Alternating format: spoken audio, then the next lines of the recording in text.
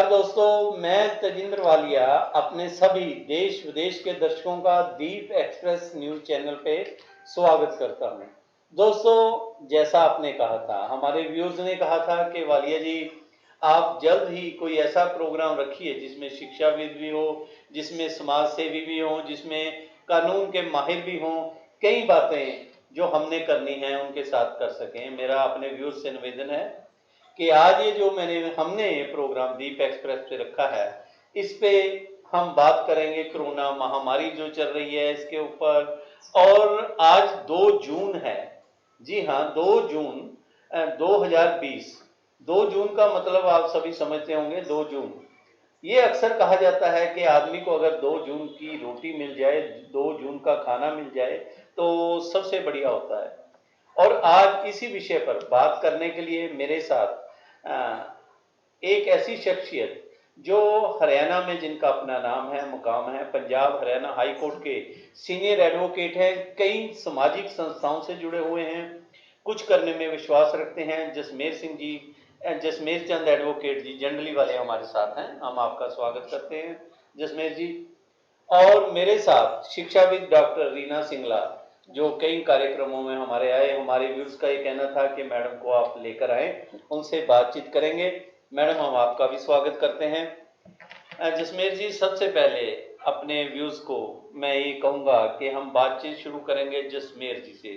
2 जून है जसमेर जी, कि हमारा एक चीज़ में अपने व्यूअर्स की जानकारी के लिए, हमारा ये स्टूडियो पूरा सैनिटाइज हुआ है, इसमें किसी तरह की कोई दिक्कत नहीं है। 2 बार होता है और हो सके तो ये मास्क उतार के भी आप बात करें, हमारे व्यूअर्स तक आवाज़ ठीक जाएगी, इसलिए आप अपना मास्क उतार सकते हैं क्योंकि सोशल डिस्टेंस ये देखिए पूरा रखा हुआ है। जसमेर जी, हम बात करें 2 जून की रोटी, कोरोना की इस महामारी में अगर हम पूरे हिंदुस्तान की बात करें, वैसे तो विश्व में ही हाहाकार मचा हुआ है, हम अपने भारत की बात करते हैं, इसके बारे में आप क्या कहना चाहेंगे? वाले साहब, 1 जून को जी देश खुला जी 2 जून की रोटी के लिए। जी, क्या बात है। 1 जून को देश खुला 2 जून की रोटी के लिए। रोटी, बहुत बड़ी बात जी। क्योंकि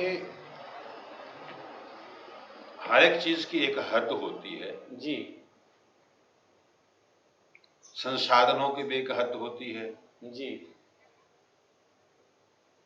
अब 22 मार्च को जी पूरे भारत में कर्फ्यू लगा हम्म, और 25 मार्च से लेकर जी 31 मई तक जी पूरी तरह से लॉकडाउन हुआ। और 1 जून से जो लॉकडाउन खुला है, जी कुछ शर्तों के साथ खुला है। संदेश यही है सरकार की ओर से भी और परिस्थितियों की ओर से भी जी कि अब हमें खुद जी अपने आप को कोरोना नाम की इस महामारी से सुरक्षित रखते हुए जी, अपना जीवनयापन करना पड़ेगा। बहुत बढ़िया। क्योंकि कितने लोग इस देश में अमीर होंगे जो कि 2 साल 3 साल या एक लंबे अरसे तक अपनी की हुई कमाई को आराम से बैठकर घर में खाते रहेंगे। तो उतने लोग अपवाद हैं इतनी बड़ी जनसंख्या वाले देश में। जी जब भी हम कोई बात करते हैं अपवादों की नहीं करते, क्योंकि अपवादों से इतिहास नहीं बना करते, अपवादों से समस्याओं के समाधान नहीं हुआ करते। इसलिए हम आज के इस बैठक में, आज की इस वार्तालाप में अपवादों की बात ना करते हुए वो बात करेंगे जो जनसाधारण के लिए लागू होती है। बहुत अच्छी बात आपने की। अपवाद एक ऐसा शब्द है जो शायद हम उसको नहीं छूते हम अपने दीप चैनल की बात करें। क्योंकि आप देखिए अमीर कितने होंगे, वो हमारी जनसंख्या का कितना भाग होंगे, कितने प्रतिशत होंगे। जी। अब आ जाता है आमजन। जी। आमजन में अब कहने को तो कहते हैं और है भी, हकीकत है कि भारत एक गरीब देश है। जी। गरीब का मतलब जिसकी जो जनसंख्या है 50% से ऊपर गरीब है। अब गरीब जनता को भी लॉकडाउन के रहते अपने घरों में सीमित होकर रहना पड़ गया। जिन लोगों ने सुबह से ही और शाम तक कमाई करके अपना जीवनयापन करना होता है, रात की रोटी खानी होती है, वो भी घरों में बंद हो गई। जी हर रोज कुआं खोदना, हर रोज पानी पीने वाली कहावत वाली चित्तार्थ हो रही है बात। जी अब वो भी कितने दिन तक अपने घरों में बंद रहकर अपना जीवनयापन करते हैं। और अभी आपने देखा होगा मीडिया पे भी, टेलीविजन पे भी, अखबारों में भी, पूरे विश्व में आपने एक बात देखी होगी कैसे लोग एक प्रदेश से दूसरे प्रदेश को पलायन कर रहे हैं। बिल्कुल सिर्फ इसलिए पलायन कर रहे हैं कि वो अपने रोजी रोटी को उस जगह पर रहकर सुरक्षित नहीं समझ पा रहे थे, जी क्योंकि अनिश्चितता की स्थिति बनी हुई है, आज भी बनी हुई है। हम्म ये एक वैसी महामारी है जो कि किसी के भी नियंत्रण में नहीं है, क्योंकि इसके लिए कोई अभी दवा का आविष्कार नहीं हुआ। तो वो जो प्रवासी मजदूर जिनको हम कहते हैं, वो जब यहाँ से चलकर अपने अपने प्रदेशों की ओर चले तो कितनी यंत्रणा उन्होंने सही, कैसे वो लोग पैदल चले, अपने बच्चों को कोई कांधे में बिठाकर कोई पेट में लिए, कितना विभत्स दृश्य रहा होगा वो कि जब वो लोग अपने अपने घरों की ओर बहुत पलायन बहुत करते। आपने बहुत बड़ी बात की डॉक्टर रीना जी, जो हमारे एडवोकेट साहब ने बात की कि आप एक खुद माँ हो, औरत हो, समझते हो इस बात को। उन्होंने एक बात की, माँ एक कंधे पे उठा के और अपने पेट में बच्चों को लेकर 100 मील, 200, 400, 1000 मील तक चली। इसके बारे क्या कहेंगे?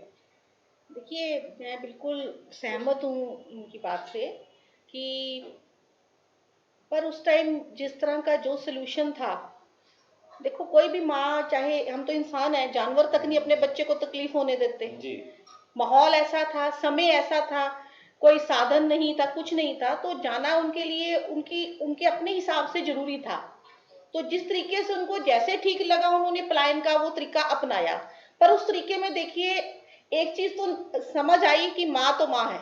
नहीं मैडम, आपकी एक चीज़ मुझे समझ नहीं है, मैं बता दूं मैडम को। हम्म। थोड़ा सा इंट्रोडक्शन मैं मैडम का देना जरूरी समझता हूँ, क्योंकि इनसे कई बार बात हुई और इन्होंने कहा कि ये मोदी जी की विचारधारा से पूरी तरह जुड़े हुए हो। जी माननीय प्राइम मिनिस्टर नरेंद्र मोदी जी के विचारों से आप सहमत हो, और आपने कहा जो वो करते हैं बिल्कुल ठीक करते हैं। अभी तक उन्होंने जो किया है ठीक किया, आगे भी ठीक करेंगे। जी मैं मैडम सिर्फ इतना पूछना चाहता हूँ अपने व्यूअर्स के लिए।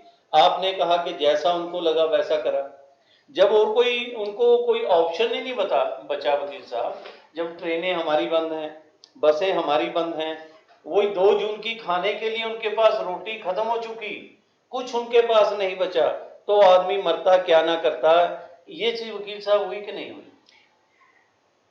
देखिए, इसमें किसी नेता ने, प्रधानमंत्री जी ने, किसी ने नहीं कहा उनको जाने के लिए। मुझे किसी नेता का एक बयान दिखा दो मैं जिसमें नेता का नाम नहीं ले रहा। सरकार ने नहीं कहा ना, सरकार ने तो नहीं कहा जा, सरकार ने उनको खुला छोड़ दिया। नहीं, सरकार ने कहा था हम सारे बंदोबस्त करेंगे, और सरकार ने किए भी हैं। सरकार के चाहे पंजाब है, चाहे हरियाणा है, चाहे यूपी में डंडे लेके निकल पड़े पुलिस वाले ऐसा ना कि भाई आप जा कहां रहे हो। जब आपको कहा कि आपके लिए बंदोबस्त किया जाएगा, कब तो किया जाता? नहीं किया गया, उसी टाइम तुरंत किया गया, तो आपको थोड़ा बैठना चाहिए था। एकदम से आप भाग पड़ोगे तो पुलिस को कानून और व्यवस्था भी तो मैडम भूखे लागू करनी है पेट, ना। आज 2 जून है, 2 जून रोटी की मैं बात कर रहा हूँ। जी जी 2 जून की रोटी उन्हें नहीं मिली, आप घर में कुछ नहीं था। जी माँ बाप कईयों ने हमारे पास कैसेट ऐसे पड़े हुए हैं, जी आम टीवी चैनलों पे आता रहा, हम्म। हम भी दिखा सकते हैं, लेकिन कुछ मजबूरियां हैं कि मैडम उनका ये कहना था कि जब 2-3 दिन उनको खाने का रोटी नहीं मिली। आपके अंबाला में ही ऐसे लेडीज आ गई थी सड़कों पे, जिन्होंने जो रो रो के चिल्ला रही थी कि हमारे पास बच्चों के लिए दूध नहीं है, 3 दिन से घर में चाय तक नहीं बनी, राशन नहीं है। देखो, उनको सरकार ने भी और बहुत सारी एनजीओज ने भी अपनी तरफ से पूरी कोशिश की सब तक पहुंचाने की। जो आपके पास आया, जो रोया, आपने भी तो आगे रेफरेंस दिया, उसको मिला ना। अब अगर किसी का अगर नहीं पता, कोई कहीं तकलीफ में मेरे है, पास नहीं रोया, दुनिया के सामने रोया। जब पता चला, अब देखिए कोशिश की गई सब तक पहुंचे, अब कोई कहीं पर नहीं पहुंचा कोशिश पाए। किसने की? सरकार ने भी की, कब की एनजीओज कोशिश? ने भी की। बताइए कब सरकार ने की? क्या नहीं किया। सरकार ने राशन इतना बांटा, हर किसी को राशन दिया, जगह जगह राशन मिला है, रेड क्रॉस के थ्रू बंटवाया गया है, और इतना पूरा खजाना खाली कर दिया इस चीज पर। अच्छा, बहुत ज्यादा पैसा। आप ये देखिए, आप बात खजाने करते खाली हो गए नहीं, खाना हमारे राशन पे बांटने नहीं में। नहीं हिंदुस्तान एक मिनट अब वकील साहब, मैं इसमें आपको थोड़ा सा हाँ जी। इजाफा कर दूं उनकी बात में। वाले साहब, बात दरअसल ये है कि ठीक कह रही हैं वो कि भाई उनको किसी ने कहा कि आप यहां से पलायन कर जाइए। वकील ये साहब किसी ने नहीं कहा। आप मेरी एक बात हाँ, पहले सुन हाँ, लीजिए, मैं जरा थोड़ा जी, सा बात को आगे बढ़ाऊं। हम्म। किसी ने नहीं कहा कि आप यहाँ से प्लान करके अपने अपने मूल प्रदेशों में जाइए। यहाँ जो बात चल रही है, हाँ ये भी बात ठीक है कि भाई उनके शेल्टर होम्स भी बनाए गए जी। अभी उन्होंने एनजीओ की बात की। मेरा भारत जो है वो अकेली सरकारी सहायता से नहीं चलता। बिल्कुल। ऐसी विकट परिस्थितियों में एनजीओ सामने आते हैं, जैसे गुरुद्वारा साहब। जितने भी गुरुद्वारा जो है भारत में या पूरे संसार में, उन्होंने तन मन धन से जो सेवा की, जो भूखों को खाना खिलाया। मैं थोड़ी देर के लिए यहाँ रुक के अगर एक बात पूछूं कि अगर गुरुद्वारा या ये एनजीओ समाज सेवी संस्थाएं ना होते और ये वो मुहैया ना करती उनको भोजन, तो क्या सरकार इतनी सक्षम थी कि वो हर भूखे को ऐसी परिस्थितियों में खाना खिला देती? तो ये एक प्रश्न चिन्ह लगता है। ये बिच्छू के डंक की तरह टेढ़ा एक प्रश्न है जो सालता है हमारी आत्मा को। मैडम कह रहे हैं सरकार ने तो खजाने खाली कर दिए। दूसरी बात हम आपसे ये कहें, ये ठीक है कि उन्होंने अपनी इच्छा से पलायन किया, लेकिन अब सवाल ये उठता है कि क्यों इच्छा से किया? पलायन क्यों किया? जी। वो इसलिए किया क्योंकि उनको अपना भविष्य असुरक्षित लग रहा जी। वो असुरक्षा की भावना से फिर चुके थे। जी। उस असुरक्षा की भावना के चलते उन्होंने ये ठान ली कि हम 1000 किलोमीटर तक भी पैदल चलेंगे। इतना बड़ा निर्णय कोई व्यक्ति तब लेता है जब वो वास्तव में इस सीमा तक पहुंच जाए कि उसको कोई भी उम्मीद की किरण नजर ना आए कि भी हम आगे अपनी 2 जून की रोटी कमा भी पाएंगे यहाँ रहकर। क्या हमें 2 जून की रोटी मुहैया हो पाएगी यहाँ रहकर? जब उन्होंने सोचा नहीं होगी, तब जाके वो यहाँ से फ्लाई। एक चीज एडवोकेट साहब, जैसा आपने बात की हजारों मील चले, एक बिटिया जो 14-15 साल की बच्चा है, वो अपने पिता को पीछे साइकिल पे बिठा के और साथ में गठड़ी सामान की लेके 1800 किलोमीटर मैडम चली है वो। तो देखिए ये उस लड़की की हिम्मत, हमें दाद देनी चाहिए। हिम्मत गलत क्या है इसमें? आप देखिए अच्छा, जब उसने ठान लिया, नहीं देखिए जब उसको रहने के लिए जगह नहीं, किसी ने उसको पूछा सब कुछ दिया गया। आप ये देखिए, आप मीडिया से हैं, आपके मीडिया हिंदुस्तान टाइम्स ने ही 11 मई को ये खबर छापी है। देखो मीडिया की खबर है, मैं अपनी तरफ से नहीं कह रही हूँ, है ना। आप ये नहीं कह सकते मैं गलत पढ़ रही हूँ। अच्छा। हिंदुस्तान टाइम्स की मैं खबर लाई हूँ, इसमें लिखा है कि पूरे सेंटर और हरियाणा से मैं बात करती हूँ, विद सेंटर्स हेल्प में हरियाणा की, कि free ration to over 20 lakh families during the lockdown, ठीक है ना, हैज बीन। कितने over 20 lakh families in Haryana में, अपने हरियाणा की बात करें। 10 पॉपुलेशन कितनी है हरियाणा की? चलिए आप, मैं भी आपको बता रही हूँ, जैसे हमारा लॉकडाउन शुरू हुआ, मैं तब का डाटा दे रही हूँ आपको। मैं शुरू था क्या राशन में राशन में देखिए अनाज, चावल, दाल, यहाँ गलत कह रही हूँ मैडम, ये बहस का विषय नहीं है। सिर्फ 5-5 किलो की सिर्फ आटे की थैली थी, जिसके पीछे लाइनें लगी, लड़ाइयाँ हुई, राशन की दुकानों पे ब्लैक हुई। देखिए सर, आपके मीडिया ने छापा है कि अप्रैल में, मेरा तो सारा हिंदुस्तान है, मीडिया छाप रहा है कि अप्रैल में, अब सुनिए, चने आटा, चने की दाल, सरसों का तेल और चीनी, नमक लॉकडाउन के दौरान लोगों को दिया गया। ये मीडिया की रिपोर्ट है सर, मेरी नहीं है। आपका मीडिया, चलो आपका मीडिया से ज्यादा प्यार है, नहीं, आप मीडिया की बहुत खबरें रखते हो, अच्छी बात है। ये तो वो बात हो गई। एक मिनट मैडम, वो चीज हो गई, राशन और भाषण दोनों में अगर डिफरेंस करना हो तो आप भाषण दे रहे हो, राशन की तो बात नहीं हो रही। मैंने भाषण, किसी ने भाषण कहा ही नहीं। ये आप वही भाषण है कि मूंगी की दाल, आलू दे दिए, मैंने कहा ही नहीं, आप बता रहे हो। ये तो मीडिया ने छापा है जी अखबार में। कौन सी अखबार में? ये हिंदुस्तान टाइम्स में छपा है, 11 मई का ये न्यूज है। इसके अलावा देखिए बाकी लॉकडाउन कब शुरू हुआ था मैडम?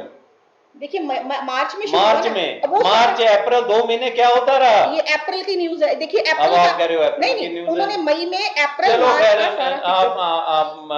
भाषण बहुत बढ़िया देते हैं, बहुत अच्छी बात है। वकील साहब ये मई की बात कर रहे हैं, लॉकडाउन मार्च में शुरू हो गया था। सरकार का फर्ज भी बनता है, अगर दी है देनी चाहिए देनी चाहिए, सरकार हाँ को। दिया है। तो मैं वही आ रहा हूँ कि 2 वक्त की 2 जून की रोटी अभी तक ठीक तरह नहीं मिल पा रही हमारे भाइयों को। देखो उसके लिए कल मोदी जी ने एक नई स्कीम लॉन्च कर दी है, स्वनिधि योजना, स्वरोजगार, जी। जिसमें क्या है कि जो रेडी फड़ी वाले हैं या जो इस तरह के छोटे मोटे काम करते हैं उनको तुरंत जो है 10,000 रुपए का हम लोन देंगे। लोन देंगे। देखिए ऐसा होता है, आपको लोन में भी मैं समझा दूं, लोगों को जो दिक्कत है वो समझने की दिक्कत है। देखिए अब सरकार को तो पता नहीं ना किसको लोगों जरूरत है। की और हमारी समझदारी बहुत छोटी हो गई। नहीं आपकी नहीं, मैं कह रही आप तो नहीं, महान हो, आप तो नहीं, जीनियस हो। नहीं, आप बात कर रहे हो ना लोन की, आप परिभाषा समझाने लगे। मैं आपको यहाँ वकील साहब आप भी जरा समझो, शायद काम आ जाए हमारे। हाँ जी। देखिए लोन का ये मतलब है कि देखिए इस तरह का जो आपदा आई है, सरकार को नहीं पता किसको जरूरत है। अगर सरकार, अच्छा सरकार को ये नहीं पता किसको जरूरत है, आप सुनिए, किसको नहीं। अगर सरकार उच्च वर्ग को दे देगी, आप कह दोगे जी सरकार ने अपनी दोस्ती निभाई। उच्च वर्ग को तो मिल भी रहा है, ठीक है, बहुत कुछ मिला है। अगर फ्री राशन बांटती है तो मध्यम वर्ग वाले कहते हैं हमें क्या मिला। ठीक है, अब सरकार ने एक प्लेटफॉर्म बनाया कि आप हमें पोर्टल पर बताइए आपकी क्या जरूरत है। अगर एक मिनट आप मुझे एक बात बताइए, अगर सरकार फ्री खाते में सबको 10-10 हजार बांट देगी, वो शराब में उठ जाएगा, इधर उधर उठ जाएगा। आपने सरकार को ये बताया कि मैं 10 या 50 हजार में ये काम करूंगा, और आपका आप कहने का करेंगे। मतलब ये है कि हिंदुस्तान में सारे शराबी हैं, नहीं, इन्होंने कहा कि अगर ऐसे नहीं बताएंगे सारा शराब में उठ जाएगा। ये क्या लॉजिक नहीं, हुआ? कुछ और खर्चों में उड़ जाएगा। हमने देखिए इस टाइम जो हमारा मुद्दा है इकोनॉमी का है, काम का है, रोजगार का है। हमें जो पैसा देना है उसका कोई हिसाब भी तो रखना पड़ेगा ना। आज मैंने, आपने और मैंने ये काम शुरू करना है, तो उसके लिए लोन देंगे। देखिए लोन में भी क्या है, शर्तें बड़ी फ्लेक्सिबल रखी हैं। उसमें क्या है कि जो लोन पहले 5 से 6% में दिया जाता था वो उसमें 2% हमने घटा दिया है। अगर कोई टाइम पर लोन पे करेगा उसके 2% और कम कईयों कर का तो देंगे। हजारों लाखों का हम लोन वैसे ही माफ कर दें, और गरीब किया जनता भी के है, लिए देखिए किया भी है, इसके बारे आप किया भी है, जरा लोन माफ थोड़ा किए, हमारे भी उसकी जानकारी। नहीं लोन माफ किए भी है जी समय समय पर, हाँ, किए जिनके भी है। किए पता है पब्लिक को। थोड़ा मैं इसके बारे में थोड़ा सा हाँ ये कहना चाहूंगा कि आज का जो हमारा विषय है जी, वह 2 जून की रोटी। तो हाँ देखिए प्रजातंत्र और गणतंत्र, जी जब हम directive principles of state policy जी अपने संविधान को खोलकर पढ़ते हैं, हम्म, वो जो directive principle of state policies हैं उनको किसी भी लीगल फोर्स के माध्यम से लागू नहीं किया जा सकता। बिल्कुल ठीक है। केवल हमारे मौलिक अधिकारों को ही कानून की ताकत से लागू किया जा सकता है। जी अब ये डायरेक्टिव प्रिंसिपल स्टेट पॉलिसी को कानून के माध्यम से लागू क्यों नहीं किया जाता? ये इसलिए नहीं किया जाता कि हमारा देश एक प्रजातंत्र देश है। जी तो जितनी भी बातें डायरेक्टिव प्रिंसिपल स्टेट पॉलिसी में लिखी हैं, सारे पढ़े लिखे लोग जानते हैं कि डायरेक्टिव प्रिंसिपल स्टेट पॉलिसी में लिखा क्या है। जो कुछ भी उसमें लिखा है उसमें 3 बातें अहम, रोटी, कपड़ा, मकान और मकान। जी। अब अगर ये कहे कि मुझे रोटी नहीं है, मैं जाकर सुप्रीम कोर्ट का या हाई कोर्ट का रिट पिटीशन डालकर अंडर आर्टिकल 32 और 226 of the Indian constitution of India जिसे लागू करूंगा, नहीं हो सकता। नहीं होगी। ये अगर कहें कि मेरे पास मकान नहीं है, मुझे मकान मा के दो, कालो कोर्ट उसको नहीं कुछ कहेगी। जी मेरे पास कपड़ा नहीं है, मुझे कपड़ा मुहैया कराओ जी, तो अदालत इसमें भी कुछ नहीं कहेगी। ये जो बातें हैं, जो और भी कई बातें हैं जैसे एजुकेशन है, कई और बातें हैं, ये जो 3 अहम बातें हैं, जो अहम 3 मुद्दे हैं, रोटी, कपड़ा और मकान जी, ये उस प्रजातंत्र प्रणाली में उस सरकार को मुहैया करानी होती है जो लोगों ने चुनकर भेजी, चाहे वो कांग्रेस पार्टी से हो, चाहे वो भारतीय जनता पार्टी से है, वो किसी भी सियासी पार्टी से है। आज मुद्दा यहाँ पर किसी भी सियासी पार्टी का नहीं जी, मुद्दा यहाँ पर ये है कि क्या कोई सरकार आज तक सक्षम हो सकी कि भाई हर व्यक्ति के पास रोटी है, हर व्यक्ति के पास कपड़ा है जी, हर व्यक्ति के पास मकान है। ये 3 अहम जरूरी चीजें जो एक मनुष्य जीवन को जीने के लिए होती हैं, ये 3 चीजें आज तक भारत के इतने लंबे गणतंत्र काल में मुहैया नहीं हो सकी हर एक के लिए। अगर ये मुहैया होती तो करोड़ से भी ऊपर लोग, शायद 2 करोड़ हों, 3 करोड़ हों, अपने अपने मूल प्रदेशों को छोड़कर वो दूसरे प्रदेशों में रोजी रोटी ढूंढने ना आते, स्थापित होकर ना आते। और जब उनको वो 2 जून की रोटी यहाँ भी नहीं मिली, उसकी भी वो गारंटी नहीं मिली, तो वो मजबूर हो गए वापस अपने जी प्रदेश की ओर जाने। हाँ जी हाँ जी। तो मेरे कहने का मतलब ये है कि हम इस फ्रंट पे बिल्कुल फेल हैं। मैं किसी अमुक या किसी विशेष पार्टी की बात नहीं कर रहा हूं। जी मैं बात कर रहा हूं कि ये हर सरकार का एक फर्ज बनता है कि हर शख्स को कम से कम रोटी जरूर मिलनी चाहिए, उसके तन पे कपड़ा जरूर होना चाहिए और उसके पास रहने के लिए छत जरूर होनी चाहिए। देखिए, मैं आज भूखा बैठा हूं, जी अगर मुझे कोई सरकारी तंत्र पूछने नहीं आता जी कि जसमेर जी आपने आज रोटी खा ली, जी तो हमारा प्रजातंत्र जो है फेल है। जब तक मुझे प्रजातंत्र प्रणाली में कोई भी सरकारी संस्था ये नहीं पूछती जी आपके घर, आपके मकान, आपके सर पे छत है, और कोई नहीं पूछता मेरे से, प्रजातंत्र प्रणाली फेल है। मेरे तन पे कपड़ा नहीं, अगर ये नहीं पूछा जाता तो प्रजातंत्र प्रणाली फेल है। तो हमने इस जड़ को पकड़ना है, इस जड़ को पकड़ना है कि हर सरकार को, चाहे वो किसी भी पार्टी को हो, उसको ये गारंटी देनी पड़ेगी कि जितने भी भारतीय हैं, जितने भी भारतीय नागरिक हैं जो मेरे देश में रहते हैं, हर के पास रोटी, कपड़ा और मकान होना चाहिए, ताकि किसी को भी अपना घर छोड़कर कहीं दूसरे प्रदेश में जाकर रोटी न ढूंढनी पड़े। अगर ऐसा होता तो आज हम ये हालात में देखते होते जो 1947 और 71 हमने देखे, जब यहाँ से लोग अपने अपने प्रदेशों की ओर जा रहे थे। वही सेम आपको ये लगा 1947 वाला 47 से भी 72 हुआ। 47 से भी इसका जिम्मेवार कौन है? इसके जिम्मेदार हमारी प्रजातंत्र प्रणाली के नुमाइंदे हैं, जिनको हम चुनकर वहां भेजते हैं। मैं आज इस मन से बिल्कुल, क्योंकि आपका जो है ये सत्य का दीप दर्पण। एक्सप्रेस जो है सच का दर्पण है जी। मैं आपसे पूछता हूं मैडम जी और वालिया साहब, क्या कोई एमपी, कोई एमएलए, कोई भी इवन छोटे से छोटे स्तर का किसी भी पार्टी का नेता, मैं किसी एक विशेष पार्टी की बात नहीं कर रहा हूं, उसमें सभी पार्टियां शामिल होंगी। जी जी जी। एमएलए एमपी तो हर एक पार्टी से चुने गए हैं, चाहे वो विपक्ष किसी भी पार्टी का हो, एमएलए या कोई भी एमपी या एमएलए या और कोई पब्लिक का नुमाइंदा किसी भी हॉस्पिटल में जाके कोरोना वायरस के पीड़ितों से मिला, उनका हालचाल पूछा, क्या वो उनके घरों में गया कि आपकी कोई तकलीफ है?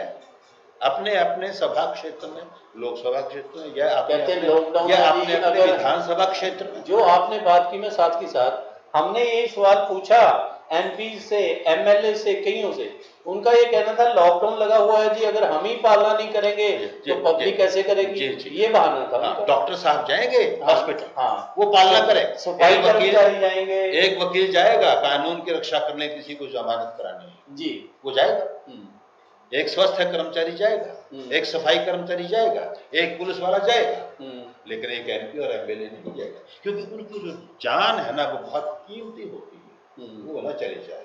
और एक बात और बता दूं जी, कभी भी किसी एमपी एमएलए या किसी और भी मंत्री को कोरोना नहीं होगा, बिल्कुल नहीं होगा, यह गारंटी है, क्योंकि वो अपने सुरक्षा कवच से बाहर आते ही नहीं। वो कब आएंगे?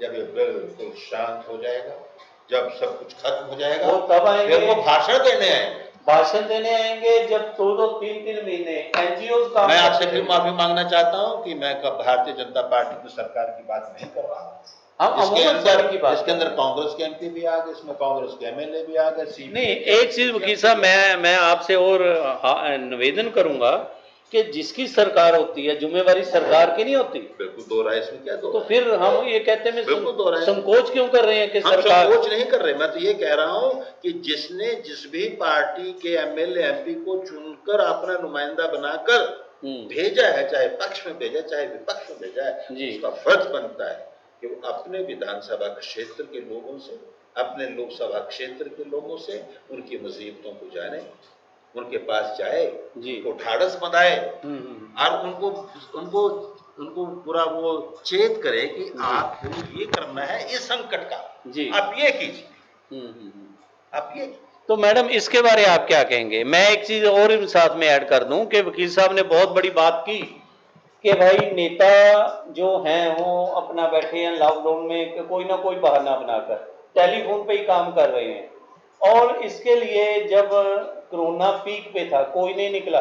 जैसे हमारे भाई साहब ने कहा कि समाज सेवी संस्थाएं लगी रही, सफाई सेवक लगे रहे, डॉक्टर लगे रहे, आपके पुलिसकर्मी लगे रहे, उस वक्त कोई नेता सड़क पे नहीं आया, एनजीओज आप लगे रहे, और लास्ट में जैसे 2-4 दिन रह गए या हफ्ता रह गया, नेता ने अपने अपने वो भी लगा दिए, बोर्ड भी लगा दिए, नेताओं ने लंगर भी अपने शुरू कर दिए। इसके बारे आप क्या कहेंगे? देखिए बात ठीक है। देखिए हमने जो कोरोना वॉरियर्स का नाम दिया था वो नेताओं को या एमपीज को नहीं या एमएलएस को नहीं दिया हमने। कोरोना वॉरियर जिनको कहा वो पुलिस, डॉक्टर। तो ये कोरोना वायरस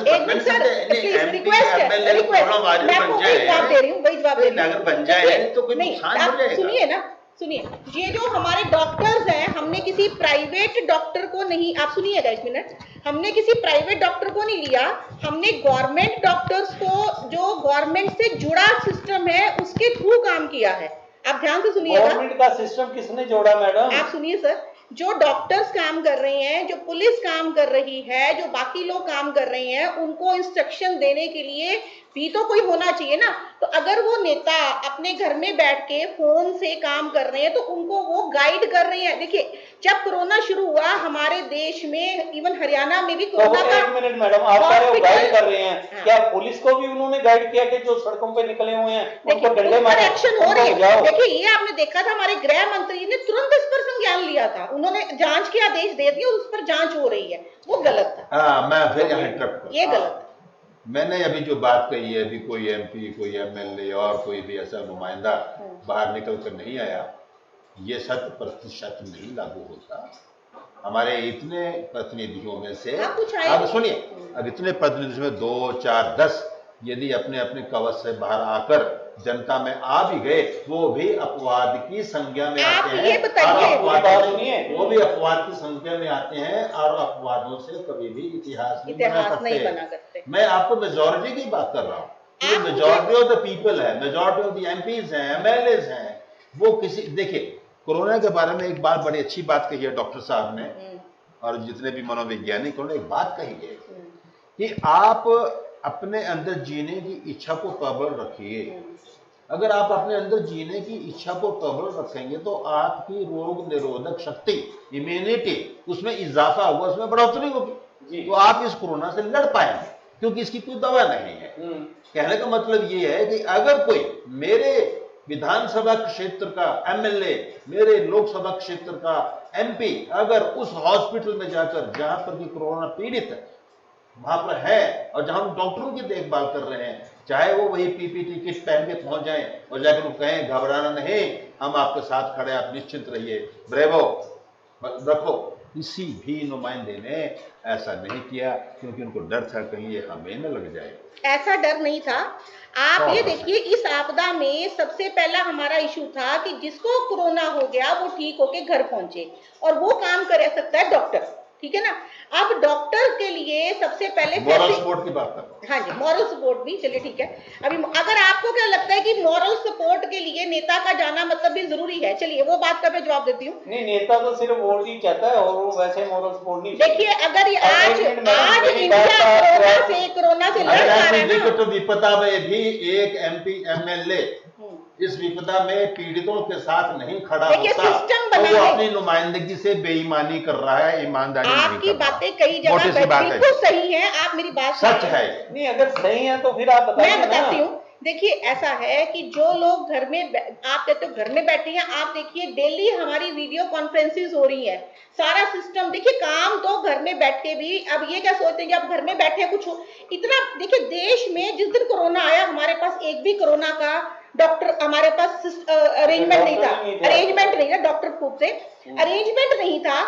अब उस अरेंजमेंट को भी करना है, हमने किट्स भी मंगवानी है, सारा पेशेंट भी बेड्स तैयार करने हैं, दवाइयां मुहैया करवानी है, डॉक्टर्स की ड्यूटी लगानी है। मैडम आप तो वो बात कर रहे हो आई कुड़ी दी जान इससे बात जान बीनो कुड़ी दे कान आपकी इस बात से हम मुत्तफिक हैं, आपकी इस बात से हम समर्थन करते हैं, लेकिन बात में देखिए सिस्टम बनाने आप के लिए बात कोई तो को होता है ना घुमा रहे हो पीछे, मैडम। घुमा नहीं रही हम मैं, बात सच को पे छोड़- मैं आपकी आप बात जिस का, बात पे आपको लाना चाह रहे हैं हम आप बात नहीं आ रहे। को आप लाइए, आपके अंदर ही आप लाइए, सुनिए, आप भाई इधर साहब, आप खड़े नहीं आ रहे। हैं, भाई आप साहब, आ बात जाइए, कुछ और आप लाने का दम रखिए, बात हम आ तो जाएंगे। इतनी कह रहे हैं कि मैंने आपसे ये कहा हाँ जी। किसी भी विधानसभा क्षेत्र का नुमाइंदा या लोकसभा, इसके अंदर ना तो भाजपा आता है ना ना कोई- कोई कांग्रेस का। मैं तो ये कहता हूँ कि जो भी जिस क्षेत्र का प्रतिनिधि है एमएलए के रूप में या एमपी के रूप में, उसको चाहिए था कि वो उन पीड़ितों से मैडम मिलता। वकील साहब की बात में आगे बढ़ाऊं उसका एक बदलाव मिनट, वो एक मिनट, किया है, आप सर, सबने किसी किया का है। नाम बताएंगे? हाँ।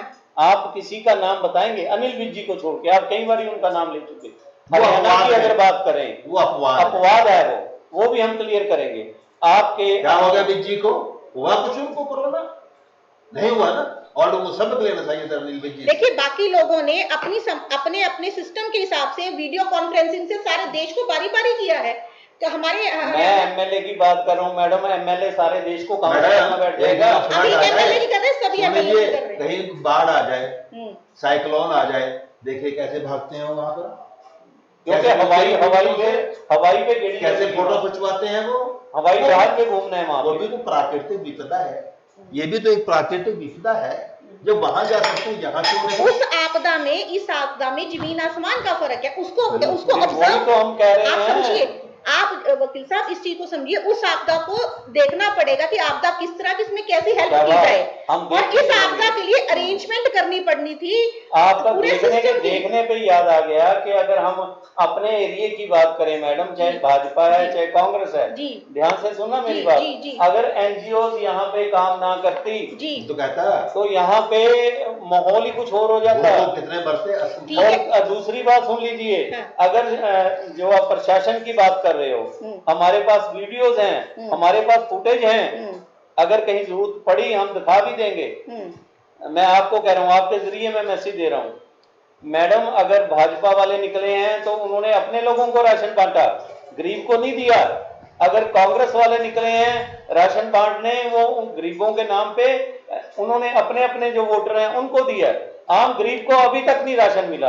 अगर लाइन में जाके लगता है वहां राशन वाले, कई डिपुओं के राशन डिपो कैंसिल हुए हैं क्योंकि वो नेताओं के साथ मिलके, मैं फिर शब्द यूज कर रहा हूं, डिपो होल्डर सारे ठीक, सभी ठीक नहीं है, सभी ठीक भी हैं, उनमें से कुछ एक चंद एक डिपो होल्डर, कई डीसी साहब ने उनके लाइसेंस कैंसिल किए हैं, लोगों के साथ मिलकर गरीबों का राशन वो ब्लैक कर रहे हैं।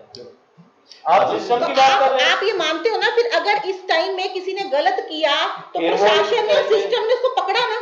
नहीं पकड़ा। आप कह रहे हो कि कैंसिल किए हैं उनके मैडम लाइसेंस रद्द किए हैं? आप पॉलिटिशियन की बात कर रहे हो, आप मुझे एक भी पॉलिटिशियन का नाम बता दो।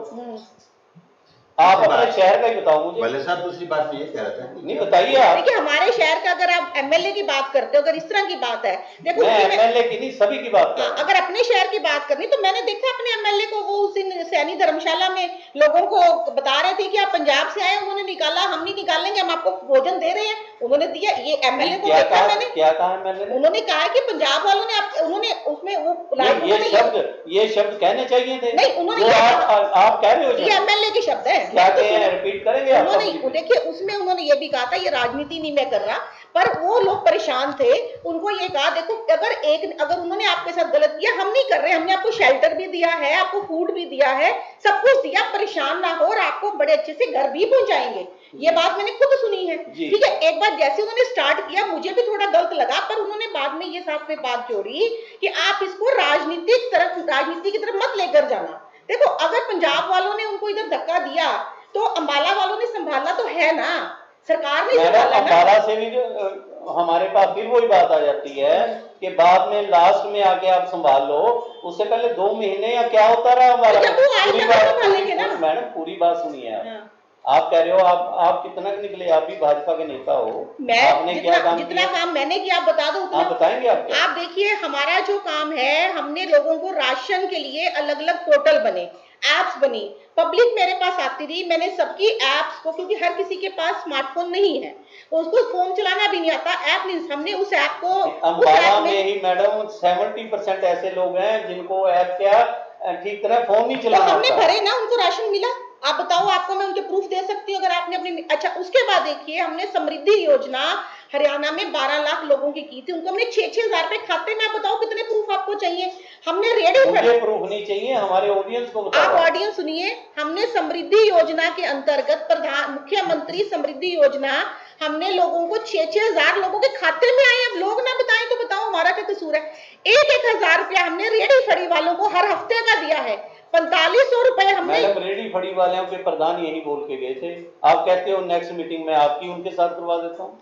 उन्होंने क्या बोला? बताइए क्या बोला उन्होंने ये बोलते हैं, मैं बताती हूँ। हम 2 जून की रोटी पे ही हाँ, हमारी ये 2 जून की रोटी के लिए दिए हमने 2 पैसे। जून की रोटी। 4500 रुपए हमने कंस्ट्रक्शन के मजदूरों को दिए हैं। 4500 रुपए खाते में आए हैं सर, प्रूफ है हमारे पास। ये तो अब ऐसा है कि कोरोना हमारे पास ऑन रिकॉर्ड है। कोरोना ने बहुत कुछ सिखाया है। जी बिल्कुल बिल्कुल, लोगों को पता है। देखिए, इसके कोरोना बाद ने क्या आया। ये सिखाया कि जब 500 आदमी संक्रमित थे जी तो पूरे भारत में लॉकडाउन हो गया था।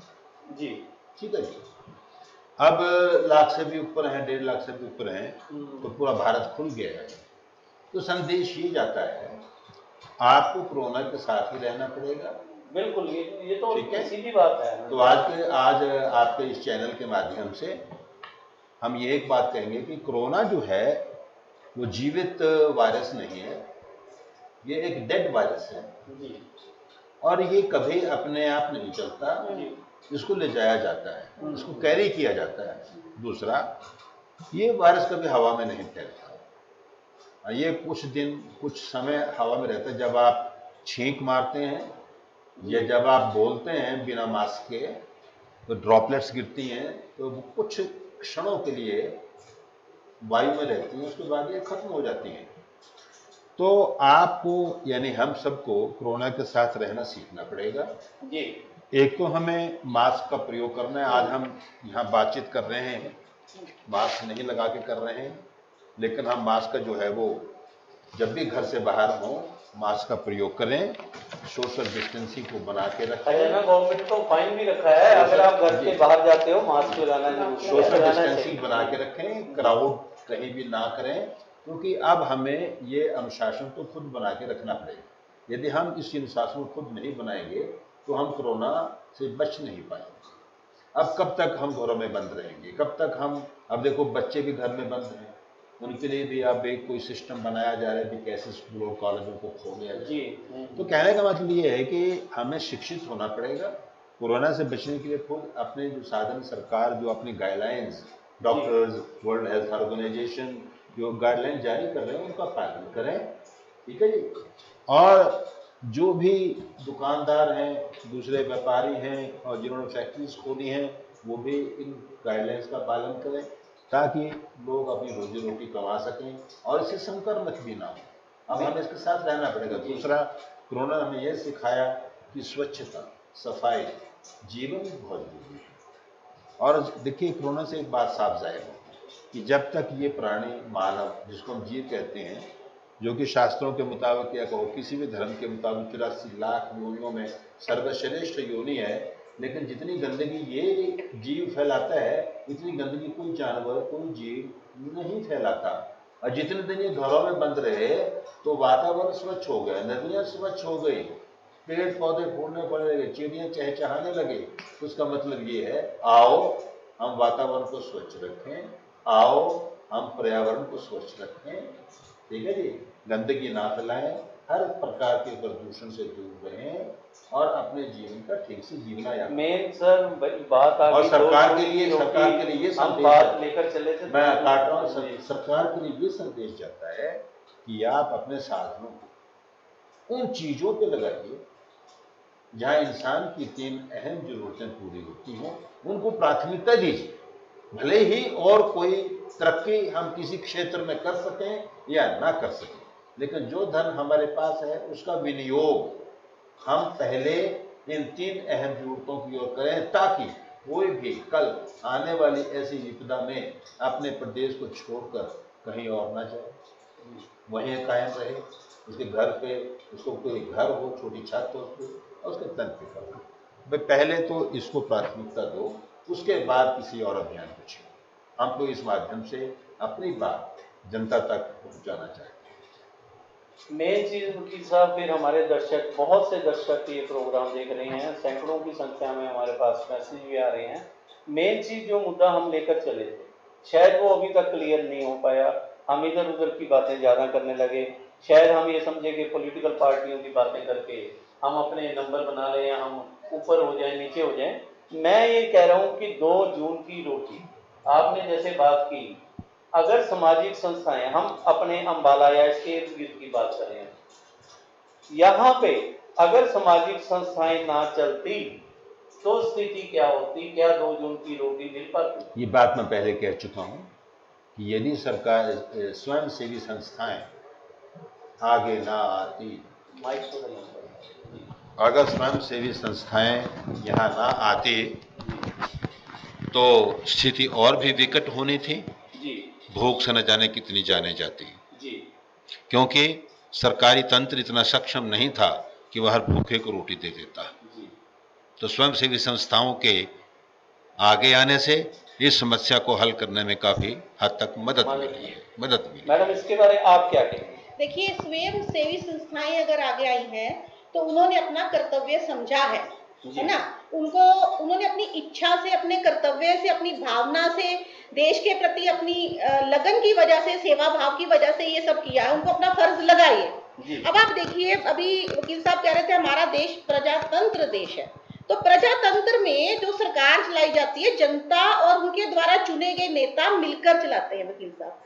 तो अगर ऐसी आपदा में उनके द्वारा चुने गए प्रतिनिधि है ना चलाते हैं, तो अगर जनता ने ऐसी आपदा में अपना फर्ज निभाया, सरकार की मदद की, तो अच्छी बात है, वो जनता शाबाशी है कि अब प्रजातंत्र हमारा इतना बढ़िया चल रहा है। अगर हम कहेंगे हमने एक प्रतिनिधि चुन दिया, अब वही सब कुछ करेगा, तो फिर हम क्या कर रहे हैं? हमारे देश के प्रति हमने अपना कर्तव्य क्या निभाया? हम अधिकारों की तो बात एक मिनट के बाद कर रहे हैं। ये अधिकार है मेरा, सरकार का काम है रोटी कपड़ा मकान देगी, पर उसमें हमें सरकार का सहयोग भी तो जनता करे। वो जनता कर रही है। देखिए, ये बात आपकी ठीक है, ये कर रही है। मैं तो आप कह रहे हैं कि जनता करे, इससे ज्यादा जनता क्या करेगी? तो कर रही है, अच्छी बात है। एनजीओ कौन है? एनजीओ जनता ही है। फिर तो कर रही है, तो अच्छी बात है। मैं तो शाबाशी दे रही हूँ। अच्छी बात है, अच्छी सरकार का साथ दे रही है। देखिए, प्रजातंत्र है। आप जैसे सिक्का उछालते हैं, चित्त भी मेरी फट भी नहीं, जाएगा। आप बताइए, तो ऐसी बात कर रहे हैं। आप बताइए, मेरी बात में कोई दो राय तो नहीं है। प्रजातंत्र का मतलब क्या है? जनता और प्रतिनिधि मिलकर देश को चलाएंगे। अगर ऐसी आप देखिए, इस आपदा के बारे में किसी को भी नहीं पता था, किसी सरकार ने नहीं कभी सोचा था ऐसी आपदा आएगी। आपदा के बाद मैडम की बात को मैं आगे बढ़ा रहा हूँ। आपने कहा आपदा का किसी को नहीं पता था, बिल्कुल नहीं पता था, पता लगता भी नहीं ऐसी चीजों का। पर कई चीजें ऐसी होती हैं जिसका पता लग जाता है। आपदा के बाद अब जो होने वाला है उसके बारे में कुछ पता? तो उसमें ठीक कर रहे हैं। देखिए, इकोनॉमी बहुत डाउन गई है, हमें निराश नहीं होना है। हमें जो नियम, निराश नहीं कर रहा कि आप घर बैठ जाओ माथा पकड़ के, मैं ये बात नहीं कर रहा। तो हमारी सबसे बड़ी ताकत ही है हमारे प्रजातंत्र की। हम बहुत आत्मबल के साथ, आत्म साहस, हमें देश, हमारे देखिए हमारी सरकार हमें पूरी हर जगह सपोर्ट करती रही है। मैंने आपको स्कीमें बहुत सारी बता दी। अब हमारे माननीय प्रधानमंत्री ने स्कीमें हैं मैडम, राशन चाहिए। आप बताइए, 2 जून की रोटी के लिए राशन चाहिए। देखिए, 2 जून की रोटी का बंदोबस्त ऐसा है कि मेरे देश में, मुझे इतना पता है, कोई भूखा नहीं सो सकता। हमारा देश नहीं है, आपका, हमारा, सबका देश। इसमें कोई भूखा नहीं सो सकता। देखिए, अगर वो अब जो लोग प्रवास कर गए है ना, जो गए यहाँ से, हमारे भाई जो प्रवासी मजदूर हैं, प्रवासी भाई हैं, देखिए एक सोच है कि उन्होंने सोचा अब हमें जाना है। जब वो वहां से यहाँ भी वापस आए थे, तब देखो आपदा नहीं थी। पर एक मिनट, मेरी बात पूरी होने दीजिए। तब वो इसलिए आए थे कि वहां पर भी उनको रोटी की दिक्कत थी। वो, मेरी बात पूरी सुनिएगा वकील साहब, आप भी ध्यान से सुनिए। आपने कहा कि वो जा रहे हैं, है ना? आपने अपनी बात कही, बहुत सही आपकी बात है, पर आप ये देखिए, वो जो लोग थे यूपी बिहार के जो यहाँ आए थे, वो आए भी तो इसी वजह से था, उनके पास वहां रोटी नहीं थी खाने को। उस दिन तो कोई आपदा नहीं थी। अगर आज वो वापस गए हैं तो रोटी की वजह से ही गए हैं। तुमको पता है कि आने वाले टाइम में बड़े बड़े बड़े लोगों की इकोनॉमी डाउन हो गई है, इतना देश का बुरा हाल है, तो वहां पर कम से कम आज यहाँ वो कमा रहे थे। आप मानते हो देश का बुरा हाल है? नहीं, इकोनॉमी का हाल तो बुरा हुआ ही है ना, इकोनॉमी हमारी डाउन हुई है। चलो कुछ आज अगर वो जा रहे हैं तो वो ये सोच रहे हैं ना, देखो यहाँ जब वो कमा रहे थे, वो किराया भी दे रहे थे, खर्चा कर, वहां पर उनका पास अपना घर है, जमीन है। अब मोदी जी ने कहा है लोकल फॉर वोकल, वो खेती कर लेंगे। बहुत क्या कहा मोदी जी ने? लोकल फॉर वोकल, अपना लोकल को हम प्रमोट करेंगे, हम बाहर से क्यों मंगवाएंगे? लोकल चीजों को आप आगे वोकल बनाओ, उनको आगे बढ़ाओ, ठीक है ना। तो उसमें क्या है कि अब वो अपने घर जाएंगे। देखिए आपदा आई है, एक टाइम ऐसा भी था जब वो छोड़कर आए थे रोटी के लिए, आज वो रोटी के लिए वापस गए, तो अपना घर है, उनका ठिकाना है, उनको जाने का हक है। अब मेरी इच्छा है मुझे अपने घर जाने में जा सकते हैं, उनको जबरदस्ती नहीं, किसी ने नहीं कहा उनको जाने के लिए, सबने यही कहा मैं घूम के वहीं आ गया। हाँ जी, कि किसी ने नहीं कहा जाने के लिए, किसी ने नहीं कहा। और जब जा रहे थे तो डंडे मारे, रोका भी किसी ने। उसके ऊपर जांच हो रही है ना, जो गलत हुआ है वो हमने गलत कहा है, उसके ऊपर किसने किया? आप नहीं कह रहे डंडे मारे, जिसने मारे डंडे? आपको नहीं पता? नहीं आपको नहीं पता क्या? आप कह रहे हो मैं घूमी हूँ, मैंने इतना काम किया है। नहीं, मैं ऐसे तो नहीं काम, देखो मैंने अपने काम को नाम नहीं दिया, आपने मेरी फोटो भी आपको ये नहीं पता कि डंडे आपने या मैंने तो जाके मारे? हाँ जी, पब्लिक को जी। किसने मारे? देखिए जिस पुलिस वाले ने भी मारे हैं उसके ऊपर कार्रवाई। मैंने कहा पुलिस वाले ने, आपने कहा पुलिस वाले? आपने पहले पूछा था, पहले कहा था। चलो अच्छी बात है कि आपने कहा कि जिसने भी डंडे मारे उस पर कार्रवाई हो रही है। मैडम दुख की ये बात है कि अगर उनको वही खाना मिलता रहता, वकील साहब वही बात आ जाती है। तो हम दे रहे थे, उनको रुकना तो चाहिए था ना, रुकना चाहिए था खाने के लिए। तपस्या करते हैं, तो है नहीं कि हवा खा के। देखिए अब मैं हूँ, आप मेरी बात सुनिए, मेरा बच्चा बाहर पढ़ता है तो उसको भी तो कॉलेज वालों ने 20-25 दिन पहले बाहर कह दिया था, सब जगह हो गया था कि आप अपने घर चले जाओ, ठीक है ना। ये अब मैं अपना, मेरा बच्चा कहे मम्मी मेरी पढ़ाई खराब हो जाएगी, मैं क्यों छोड़ूं, मैंने हॉस्टल की फीस भर रखी है, मैंने मेस के पैसे भर रखे हैं। आप सुनो ना। हाँ, आपका बच्चा घर आ गया ना? मेरा बच्चा भी तो घर आया ना। नहीं सुनो, घर आप जैसे करोड़पतियों के बच्चे, स्पेशल एसी बसें की गई। नहीं, लॉकडाउन से पहले आए थे। आप मेरी बात भी सुन लो। हाँ जी। आप जैसे करोड़पति जो लोगों के बच्चे बाहर यूनिवर्सिटी में पढ़ते थे, कहीं पढ़ते थे, उनके लिए सरकारों ने चुपचाप एसी बसें की, चुपचाप उनको लेके आए। हमने भी वो शूट किया, हमने भी दिखाए बच्चे बाहर से आए हुए, बच्चे सबके होते हैं, लाना चाहिए। देखिए मैं बात कर रहा हूँ सिर्फ अपने प्रवासी भाइयों की, जिनकी जेब में पैसा नहीं है। भाई साहब आप ठीक है, वो परसेंटेज बहुत कम थी, वो बहुत नेग्लिजिबल सी परसेंटेज थी, और जिन प्रवासी मजदूरों को जाना था वो लाखों में है, उनके लिए अलग से अरेंजमेंट करना पड़ता, तो उसके लिए उनको कहा था थोड़ा वेट करो, इंतजार करो। जो जहाज में लाने हम फटाफट ले आएंगे क्योंकि वो कम है, जिनको रेलगाड़ियों में या बसों में भेजना है भाई। बाहर से तो हम इस पे आप क्या बात? नहीं, देखिए प्रवासी मजदूरों ने नहीं, आप ये देखिए प्रवासी मजदूरों ने देश के अंदर जाना है, जिनको लाए वो तो हवाई जहाज में आएंगे ना। प्रवासी मजदूर बेचारे क्या हैं? भीड़ है, वकील साहब जो वो तो एक भीड़ है ना, भीड़ है, उधर को ले जाओ। वो हमारे देश की नींव है, वो हमारे देश की। आप मैडम नींव वाली बात ही नहीं कर रहे। नींव वाली आप ये देखिए, जिन बच्चों को हम हवाई जहाज में लाए हैं वो फॉरेन कंट्री से लाए, वहाँ ट्रेनें थोड़ा चलती हैं। मैडम मैं ये नहीं कह रहा उनको गलत किया। हाँ। यहाँ तो ट्रेनें चलती थी, तो ट्रेनें चलाई है ना, उनके लिए स्पेशल भेजे। सर आप बताएंगे कितनी ट्रेनें चली, क्या है? दरअसल ऊपर का विषय, दरअसल जिनको हम बाहर से लाए हैं ना, वो इस देश को ही पसंद नहीं करते थे। क्या बात है, बहुत बड़ी बात है। उनको तो हम जहाजों में लाए हैं। जो देश को छोड़ के चले गए थे, वो डेफिनेटली देश को पसंद नहीं करते, नौकरियां करने लग गए थे, उनको नहीं लगता था, उनको देश से प्यार करना तो सिखाया ना, उनको लगता था कि भाई हमारा भविष्य भारत जैसे देश में सुरक्षित नहीं है, इसलिए वे अपने उज्जवल भविष्य के लिए विदेश में गए। लेकिन जब विदेशों में भारत से भी ज़्यादा बदतर स्थिति हो गई कोरोना से, तब उनको अपना देश याद आया। जान बचाने के लिए वहाँ से वो भागे और उनके लिए हवाई जहाज मुहैया किए गए। और जो अपने ही देश में थे, जो अपने ही देश से प्यार करते थे, उनको मीलों पैदल चलना पड़ा। ये एक विडंबना है। गांधी जी ने कहा था कि हिंदुस्तान गांवों में बसता है। ये एक विडंबना है, एक हृदय विदारक घटना है। लेकिन हम फिर वहीं आ जाते हैं कि आज की इस बैठक का जो मुद्दा है वो 2 जून की रोटी का है। तो इसमें मैं फिर दोबारा से ये बात कहना चाहूँगा कि कोरोना नाम की इस महामारी से, इस विपदा से भले ही हमें बहुत कष्ट हुए, भले ही हमारी आर्थिक स्थिति डामाडोल हुई सरकार की, हमारी एक ही बात है, because government is of the people, by the people, for the people. हम एक प्रजातंत्र देश हैं, हम सब मिलजुल कर ही सरकार चलाते हैं जी। अपने प्रतिनिधियों के माध्यम से, अपने प्रतिनिधियों के माध्यम से। आपने बीच में एक बात कही थी मैडम कि भाई सरकार जो चुन दी गई, यही नहीं कि सारा काम सरकार ही करेगी, जनता को बीच में सहयोग करना चाहिए।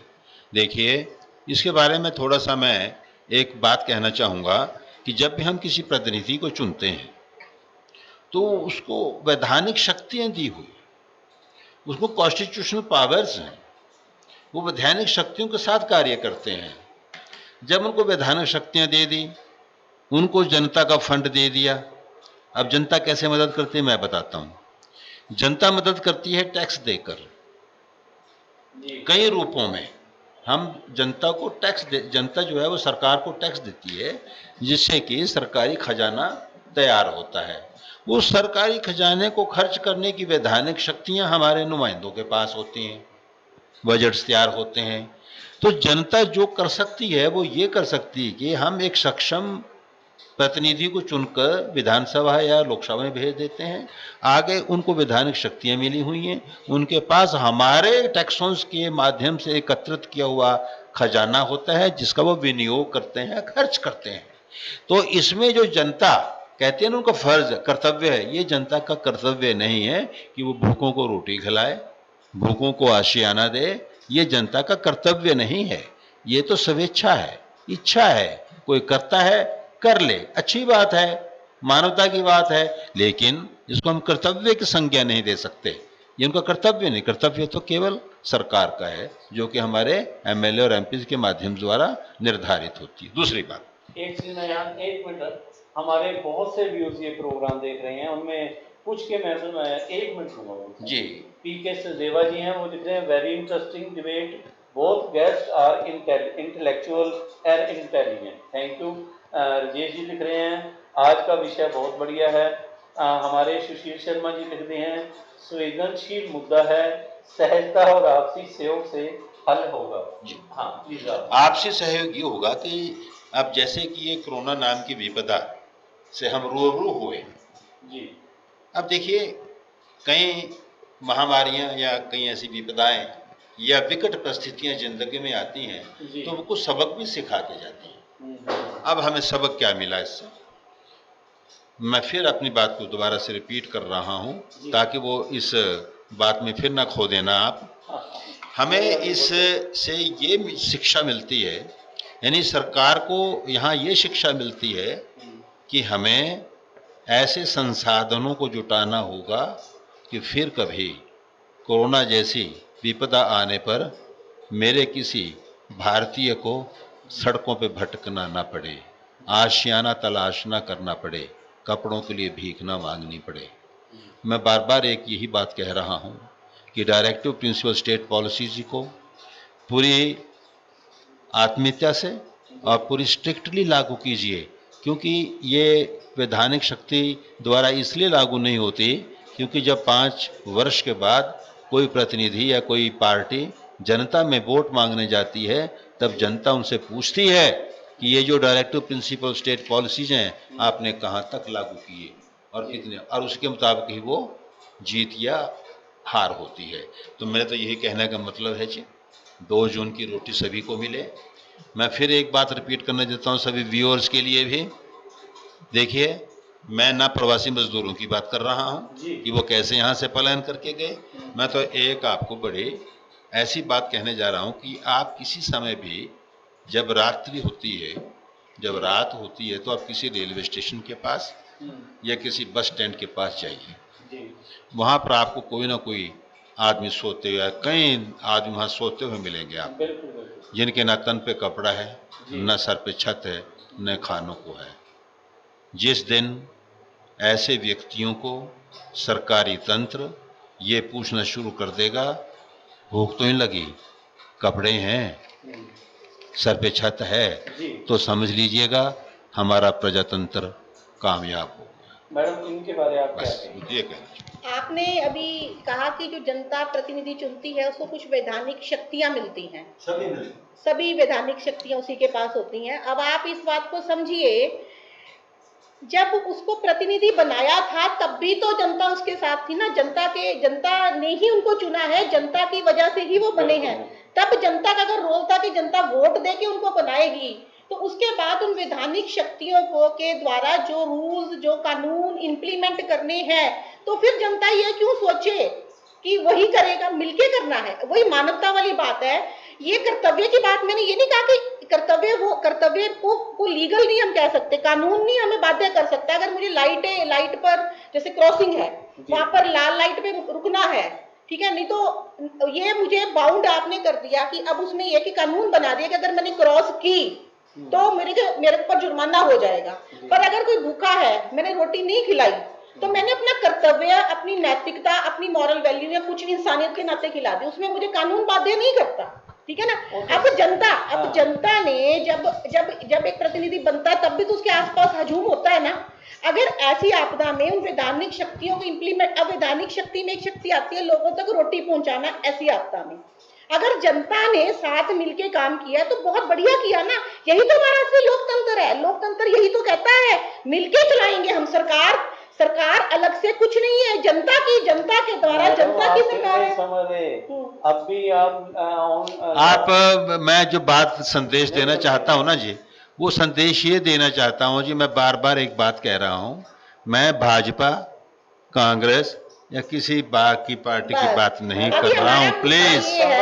प्लीज मैं किसी भी पार्टी की बात नहीं, प्लीज मैं किसी पार्टी की बात, सुनिए एक मिनट, मैं कुछ कहना चाह रहा हूं, मैं फिर दोबारा रिपीट करता हूं, बालिया साहब, मैं फिर रिपीट कि जिस दिन सरकारी तंत्र उस व्यक्ति से जिसने खाना नहीं खाया पूछे तुझे रोटी मिली, जिसके तन पे कपड़ा नहीं पूछे तेरे तन पे कपड़ा नहीं है, मैं सरकारी तंत्र दे रहा है, सरकारी तंत्र की बात कर रहा हूं, तेरे सर पे छत नहीं है, तो जिस दिन मेरे भारत के हर नागरिक को रोटी, कपड़ा और मकान मिल जाएगा, उस दिन हम सही मायनों में आजाद होंगे।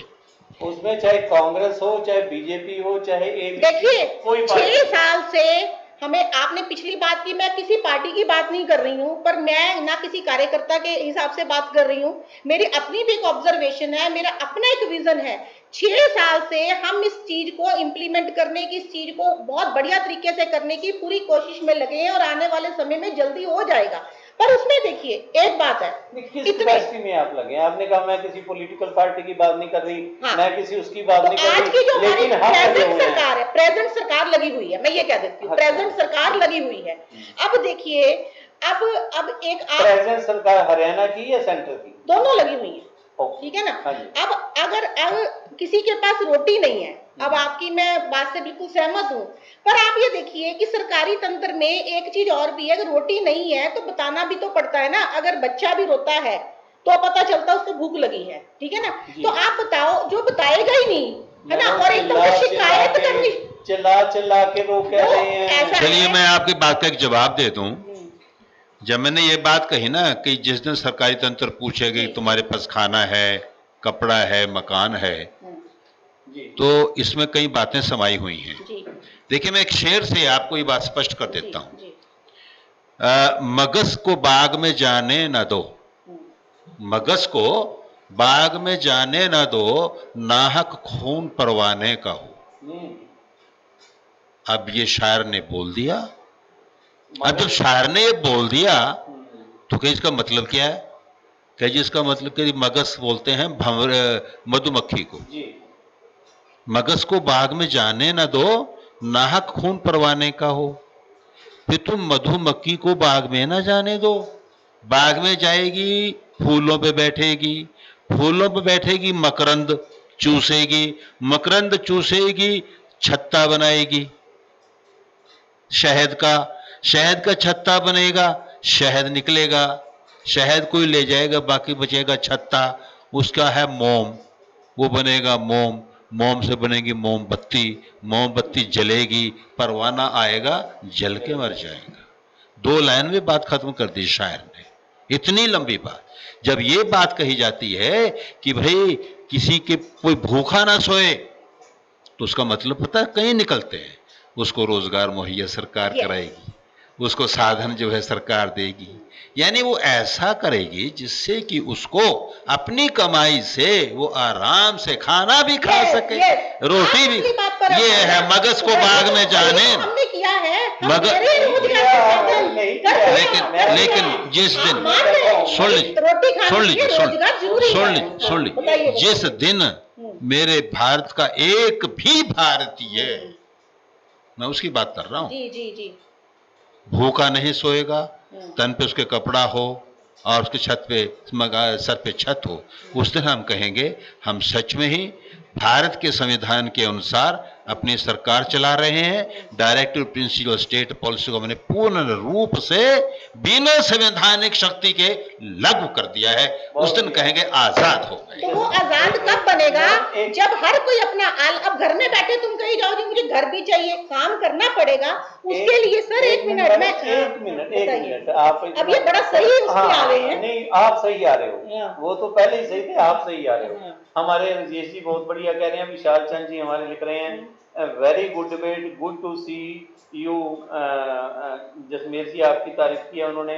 इसी तरह सुशील शर्मा जी कह रहे हैं संवेदनशील मुद्दा है, बहुत बढ़िया, दोनों भाई टैकल कर रहे हो। सहजप्रीत लिख रहे हैं वेरी नाइस। प्रदीप सिंगला जी लिख रहे हैं बहुत बढ़िया। हमारे एडवोकेट सुमीत ढींगरा जी हैं, कहते बिल्कुल सही कह रहे हैं जसमेर चंद जी ने, जो कहा ठीक कहा और यह लक्ष्य है, अभी बहुत दूर है। विशाल चंद जी लिख रहे हैं वेरी वेल एक्सप्लेन, बहुत बढ़िया हो रहा है कि आज मैडम थोड़ा दूसरी तरफ चल रहे हैं, मुझे नहीं पता, पब्लिक कह रही है, मुझे नहीं समझ आया दूसरी तरफ कैसे चल रहे हो।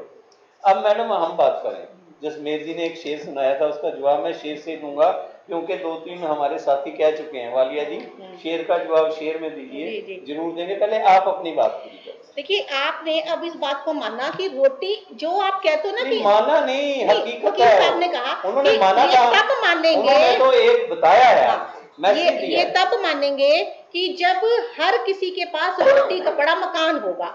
और अब आपने इस बात को माना कि वो किसी को वेले बिठा के नहीं दिया जा सकता, कभी किसी आपदा के टाइम तो ठीक है, उसके लिए रोजगार काम करना सबका जरूरी है और उसी से अर्थव्यवस्था भी चलती है, देश चलता है। काम करेगा तब जब उसके पास काम होगा। जी, वो काम की आप बताइए, काम की क्या कमी है? काम बहुत सारे हैं, काम की सोच की कमी है कि हमें, अगर आप सोचो कि आपकी काबिलियत तो है 10,000 का काम करने की और आप कहो जी मैं तो तब काम करूंगा जब मैं 1 लाख वाला सेटअप लगाऊंगा, वो गलत है ना। आप अपने हिसाब से काम शुरू कीजिए, तरक्की कीजिए, बढ़ाते रहिए। मैडम जी क्या पूछते हो? एमफिल करके, एक मिनट सर, एमफिल करके पीएचडी करके लोग चपरासी लगे हुए हैं, एक पुलिस की भर्ती के लिए, सिपाही की भर्ती के लिए। वो किसका बनाया सिस्टम है आप बताइए पहले से? आप लोगों का बनाया हुआ, आप नेता नहीं हो तो अब सरकार तो अब आई है ना, अब हम सिस्टम ये क्या बात बनी मैडम, सरकार अब आई है, सरकार 6 साल तो हो गए आपको।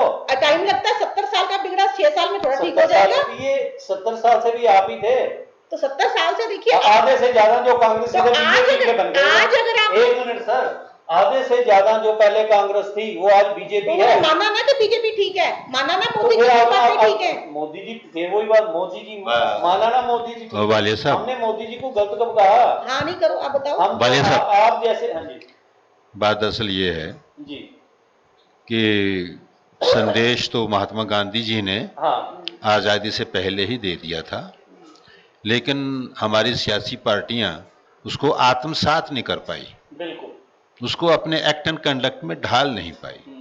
वो क्या था संदेश? कि वो एक धोती में रहे जिंदगी भर। जी। क्यों रहे? कि जब तक मेरे किसी भी भारतीय के तन पर कपड़ा नहीं है मैं अपना तन नहीं ढकूंगा। कितना बड़ा संदेश वो उस वक्त दे गए थे। और आज भी हमारे इस देश के अंदर लोगों के पास कपड़ा तन ढकने के लिए नहीं है, 2 जून की रोटी नहीं है, मकान नहीं है, इसकी अहम जरूरत है। मैं ये कहता हूं कि आओ, कोई भी सरकार है वो इन 3 चीजों को अहमियत दे, उसके बाद कुछ करे। आप बहुत बड़ी बात कर रहे हो, मैं मैडम से ये रिक्वेस्ट करूंगा जो इन्होंने कहा उसे थोड़ा सोच के बात करें। हम कह रहे हैं हम नहीं थे, आप नहीं थे तो हमारी भाई बंद थे ना। तब आपने क्यों 70 साल से तब तो क्यों नहीं इतना स्ट्रांगली आप बोलते थे? तब क्यों नहीं आपने कहा ये गलत है? मैडम, आज आप मोदी जी को इस्तीफा दे दो, मोदी जी गलत, भाजपा की सरकार गलत, उनके मंत्री गलत, सारे गलत। जी नहीं। हमारा व्यूअर सारे ये प्रोग्राम ना मोदी जी गलत है, ना कोई सरकार गलत है, एक संदेश दिया जा रहा है। ना नहीं, हाँ, सरकार ठीक है। को गलत तो कहा। मुझे तो सही को सही कहना पड़ेगा ना, गलत को गलत कहना नहीं, हमने पड़ेगा। कब गलत कहा? आप ये देखिए, आप ये कहते हैं आज ये हमारी सरकार का हम ही तो 2 जून की ये रोटी की बात कर रहे हैं मैडम। सर, भूखा तो पहले कहेगा 2-2 4 नहीं 2-4 रोटियां। ये असली हम तो प्रजातंत्र 4 है, रोटियों की बात कर रहे ये हैं। असली प्रजातंत्र है। तो लोग रोटी मांगे। आज आप गलत को गलत कह पा रहे हो। 70 साल क्यों नहीं बोले आप? ऐसे इस तरह बोलते देश का ये हाल होता है ना। आज आपने समझा अपनी ताकत को, आम जनता आज समझ रही है, मीडिया आज समझ रहा है। हमारे और आपके जो बुजुर्ग थे, इसका मतलब वो बेवकूफ थे, उन्होंने कभी समझा ही नहीं ताकत को। नहीं, उन्होंने नहीं, बोला ही नहीं, आपका- बेवकूफ नहीं कहा, हाँ, उन्होंने बोला ही नहीं, उन्होंने उनको तो वो फिर मंद बुद्धि थे। मंदबुद्धि नहीं है उनको। आपके बुजुर्ग जो थे, हमारे बुजुर्ग थे, वो इसका मतलब वो थे ना, उनको कुछ नॉलेज ही पर नहीं। आज आप आवाज उठा रहे हो तो इसको मैडम, क्या पहले समझा मेरी जाए? बात का जवाब दो हाँ आप। जी, अब उनका मुझे नहीं पता ना, वो बता सकते हैं। हाँ, पूछूंगी। वो इतने मंद बुद्धि थे कि नहीं, वो- इतनी बड़ी आपको पढ़ा दिया, इतना बड़ा कर दिया, आपको पीएचडी तक करवा दी, और आप बोलने जो भी हो गए वो बेवकूफ थे, हम ठीक हैं। नहीं, हाँ। आज आप अपनी ताकत प्रजातंत्र में, जनता के पास, एक आम आदमी के पास क्या ताकत है? मैं भी उनको इतना कानून की, जैसे आज वकील साहब बैठे हैं, ऐसे डिबेट जी, ना हुए हो, आपके लोगों पीछे- को सजगता ना हो, इतना ज्ञान दे रहे हैं वकील साहब बैठ के, कानून का बता रहे हैं। आप भी तो कुछ दे रहे हो साथ बैठ के। नहीं, अब लोगों को अवेयरनेस आ रही है ना। इन्होंने बताया हमारे ये मौलिक अधिकार है, वैधानिक मैडम, शक्तियां हैं, पब्लिक सरकारी तंत्र पब्लिक है। है, सब जानती है, सब समझती है वो। देखिए, पब्लिक ही जानती है और पब्लिक को जानना भी चाहिए। तो 2 जून की रोटी मिलनी चाहिए नहीं? मिल रही है, मिलेगी। किसी को दिक्कत है वो बताए, उसको मुहैया करवाई जाएगी। और अब हमने रोजगार के साथ बस खोल दिए हैं। यही से थोड़ा मुत्तफिक नहीं हूँ कि वो बता, एक अब मिनट आपकी सहमति के वालिया लिए साहब। बताइए क्या किया जाए? वाले साहब, जिस दिन मतलब कि ये वो दिन बता, अगर ये कह दे कि मुझे भूख लगी है, मुझे रोटी दो, तब तक आजादी नहीं मिली,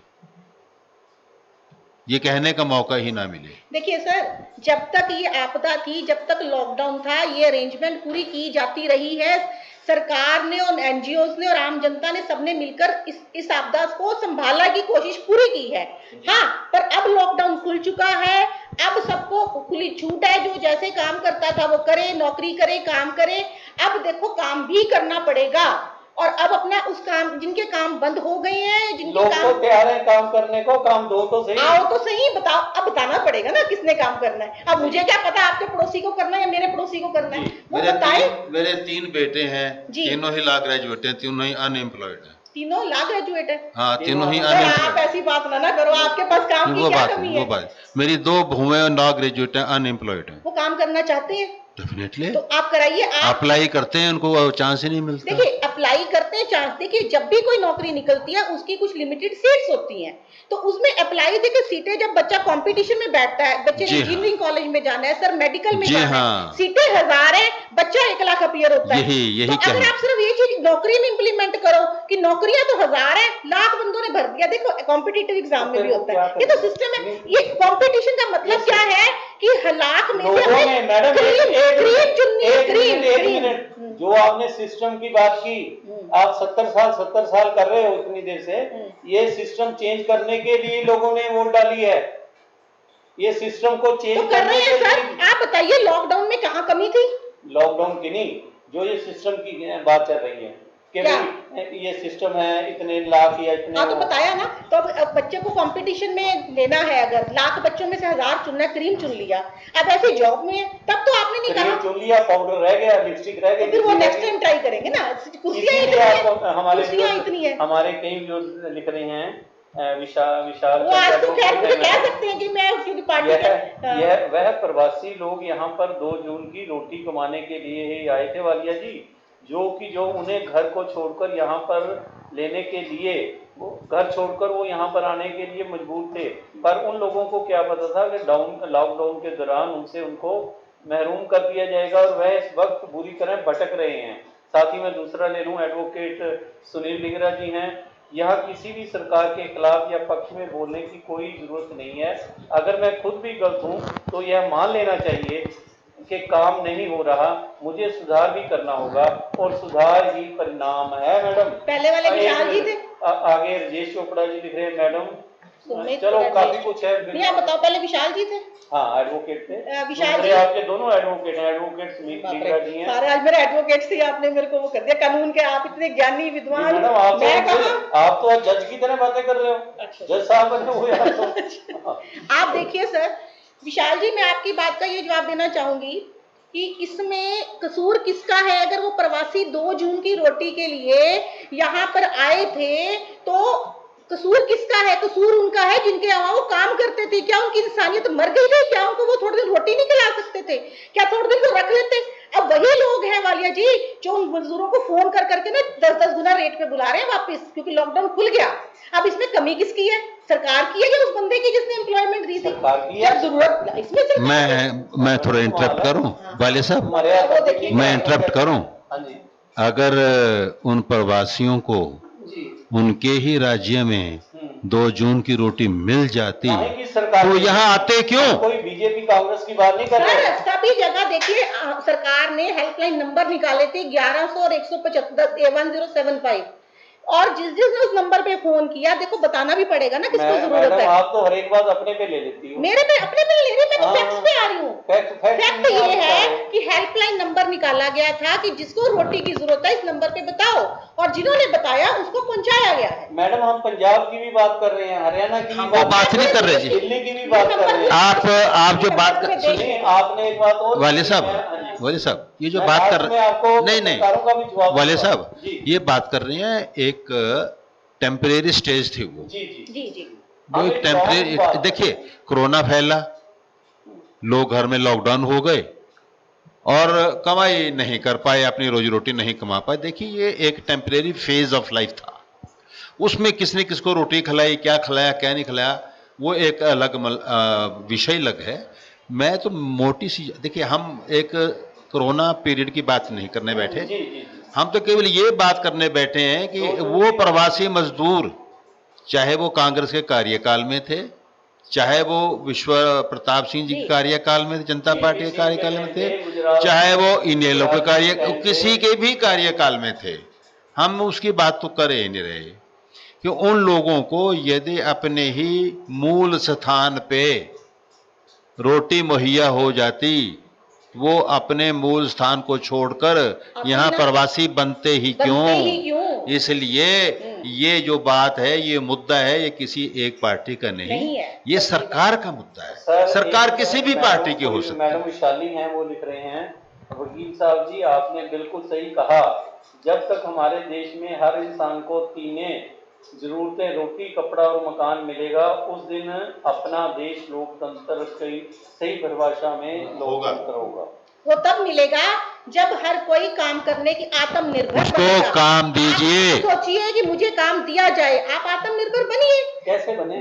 आप जो आपके अंदर टैलेंट है, जो आपके अंदर काबिलियत है, उसके अनुसार काम कीजिए। मैडम मैं एक चीज आपसे पूछता हूँ, अब पापड़ बेलने का काम है, अचार बनाने का है, छोटे छोटे मसाले बनाने का, बहुत सारे काम है। आप तो वही आगे ना फिर के पापड़ बनाने लग जाओ, सारे MA कर रखी हैं, PhD लोगों ने कर रखी हैं, वो घर में बस अचार बनाने लग जाएं, पापड़ बनाने नहीं, लग ये जाएं, MA PhD वालों की बात रिक्शा नहीं, चलाने लग आपने जाएं। MA PhD की बात नहीं की है, और पढ़े लिखों की बात कर रहे हैं हम तो। पढ़े लिखों के लिए रोजगार के बहुत से साधन, आत्मनिर्भर बनने में पापड़ बेलना ही नहीं आता। उसमें ऐसा होता है आप अपने कोचिंग सेंटर। मैडम मुझे एक चीज का जवाब देंगे? आपका बेटा है, हमारा भतीजा है, क्या कर रहा है वो इंजीनियरिंग कर रहा है। इंजीनियरिंग कर रहा है। कल को उसको अगर मान लो सर्विस नहीं मिलती, आपकी सरकार है, आप तो लगवा देंगे उसको, मान लिया उसको लगवा देते हो, अगर नहीं लगता तो क्या आप उससे रिक्शा चलवाने के लिए, पकोड़े बनाने के लिए कहेंगे? मैंने ये कभी नहीं कहा। और आप क्या कर रहे हो? मैंने तो ये कहा नहीं, मैं तो ये कह रही हूँ जिसकी जैसी टैलेंट है, जैसा उसके अंदर हुनर है, ये शब्द नहीं ना आपने मैंने कहे पहले जी, मैंने, आप सुनिए, जिसके अंदर जैसा टैलेंट, जैसा हुनर है, उस हिसाब से वो काम कर ले। अगर हम पहले नेगेटिव सोचते रहेंगे, मैं सोचूं मेरा बेटा इंजीनियरिंग करके नौकरी नहीं लगे, मैं पहले क्यों सोचूं? उसको पढ़ने दूं ना, जब वो पढ़ लेगा, अगर नौकरी नहीं लगती तो जो उसने पढ़ाई की है, जो उसका टैलेंट है, उसके हिसाब से वो सोचेंगे क्या काम करना है। अब आपने इतना बड़ा, आपने दीप स्टूडियो शुरू किया, आपने छोटे से, आज आपके यहाँ बढ़िया बढ़िया कैमरे हैं, अच्छा लगता है, दिल खुश होता है। अगर आप सोचो मेरा दीप स्टूडियो चलेगा ही नहीं, ऐसा कैसे? आप पॉजिटिव थे तो आप बढ़ गए ना, आज आप राइज कर रहे हो, पूरे शहर में दीप स्टूडियो का नाम है। आप आत्मनिर्भर बने, आप एक डिप्टी रजिस्ट्रार रिटायर हुए, आपको क्या जरूरत थी? आपने आत्मनिर्भर बनना फिर भी सोचा ना, मुझे काम करना है, मैं आत्मनिर्भर बनूंगा। और एक मिनट, आप मुझे बात पूरी करने देंगे। अब आप आत्मनिर्भर क्यों बने? आपका दीप स्टूडियो चल पड़ा, आप नंबर 1 हो गए। देखिए आप इतने ज्यादा हो चुके हैं, अब आपके बच्चों का भी फ्यूचर सेफ है।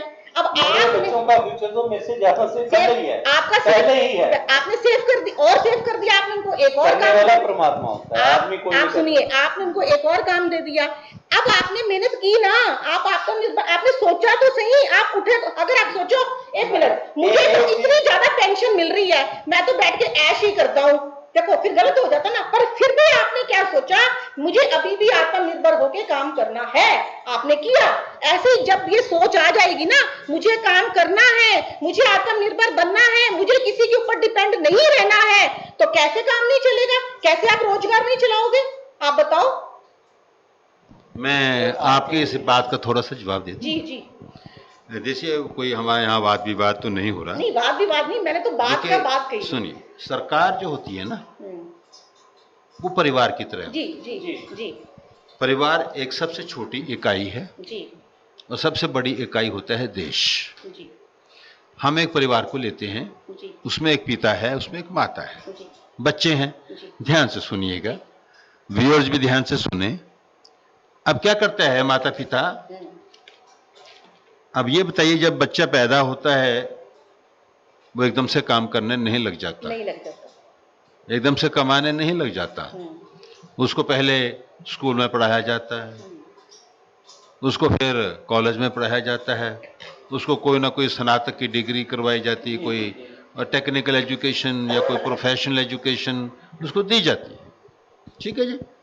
अब एक बाप के 3 बेटे, 3 बेटों में से एक इंजीनियर बन गया, एक वकील बन गया और एक पढ़ नहीं सका।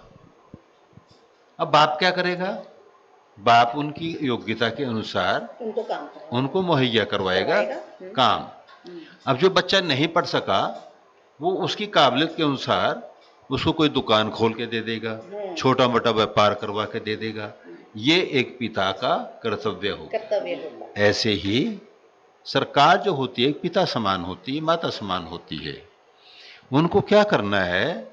अपने बच्चों को, जो कि देशवासी होते हैं, उनको एजुकेशन देनी होती है, उनको उनकी योग्यता के अनुसार संसाधन देने होते हैं, योग्यता के अनुसार रोजगार मुहैया कराने होते हैं। ये एक बहुत बड़ी प्लान होती है, एक बहुत बड़ा। तो सर वो ये जब तक नहीं करेगा कोई, जब तक ये कोई नहीं करेगा, तो हम उसे ये कहेंगे भी तू काम कर, कमा ले। अरे भाई, जब उसके पास काम है ही नहीं, वो करेगा क्या? उसी के लिए प्रोवाइड करना पड़ेगा। उसी के लिए तो देखिए, कल हमने, ये सरकारी नीतियां होती हैं। हाँ, प्रजातंत्र का ये तकाजा है, हमारे कई प्रजातंत्र का ये तकाजा है कि राइट टू वर्क। तो मुझे ही कह रहे हैं मैडम, नहीं, मैं आपको नहीं कह रहा हूँ, ये है राइट टू वर्क। सर हमारे right to work, right to work की बात कर रहे हैं। कई व्यूअर्स नाराज हो रहे हैं, वो कहते हैं कि हमारा जरूर बात कीजिए। हमारे व्यूअर्स लिख रहे हैं, उनको टैलेंट को उनकी जरूरत पूरी करने के लिए उन्हें मौका देना जरूरी है। जिनके पास आगे सुन लो, एक तो हो रहे हैं हमारे प्रदीप जी लिख रहे हैं, काम की कोई कमी नहीं है, हम मजदूरों को 3 टाइम 4 टाइम सैलरी ज्यादा देने को लोग तैयार हैं, ऐसी वो बात कर रहे हैं। ठीक है, सदेवा जी लिख रहे हैं, महत्वपूर्ण विषय है, बेबाक चर्चा हो रही है, मजा आ गया। नहीं देखिए, ये एक्चुअली विशाल जी, बात ऐसा है, जब टैलेंट हो उसके लिए मौका कैसे मिलेगा? उसके लिए सरकार, जैसे इन्होंने कहा, सरकार जो है पिता की तरह है ना, तो सरकार पिता ने भी क्या करा, नीतियां बनाई, उनको मुहैया करवाए मौके। अब सरकार ने क्या करती है, सरकार पिता की तरह अलग अलग टाइम पे अलग अलग तरह की योजनाओं को बनाती है, फिर उनको लागू करती है। अब उसमें से योजनाएं कुछ ऐसी होती हैं, कुछ में तो आपको जैसे कुछ ऐसी स्कीम्स हमारी सरकार की है कि अगर आपका प्रोजेक्ट ऐसा है बहुत बढ़िया, आपको सरकार 90% तक फंड दे देती है जो रिफंडेबल नहीं होते हैं। उसकी भी लिमिट रहती है। सब पिता के 3 बेटे हैं तो उनको उनके हिसाब से देगा ना पिता। आप सुनिए, ठीक है आपके विशाल जी, मैं इनको विशाल जी आपको जवाब दे रही हूँ कि उसके लिए सरकार की नीतियां हैं। आप ऑनलाइन जाइए, अब तो कंप्यूटर का जमाना, इंटरनेट का, पढ़िए।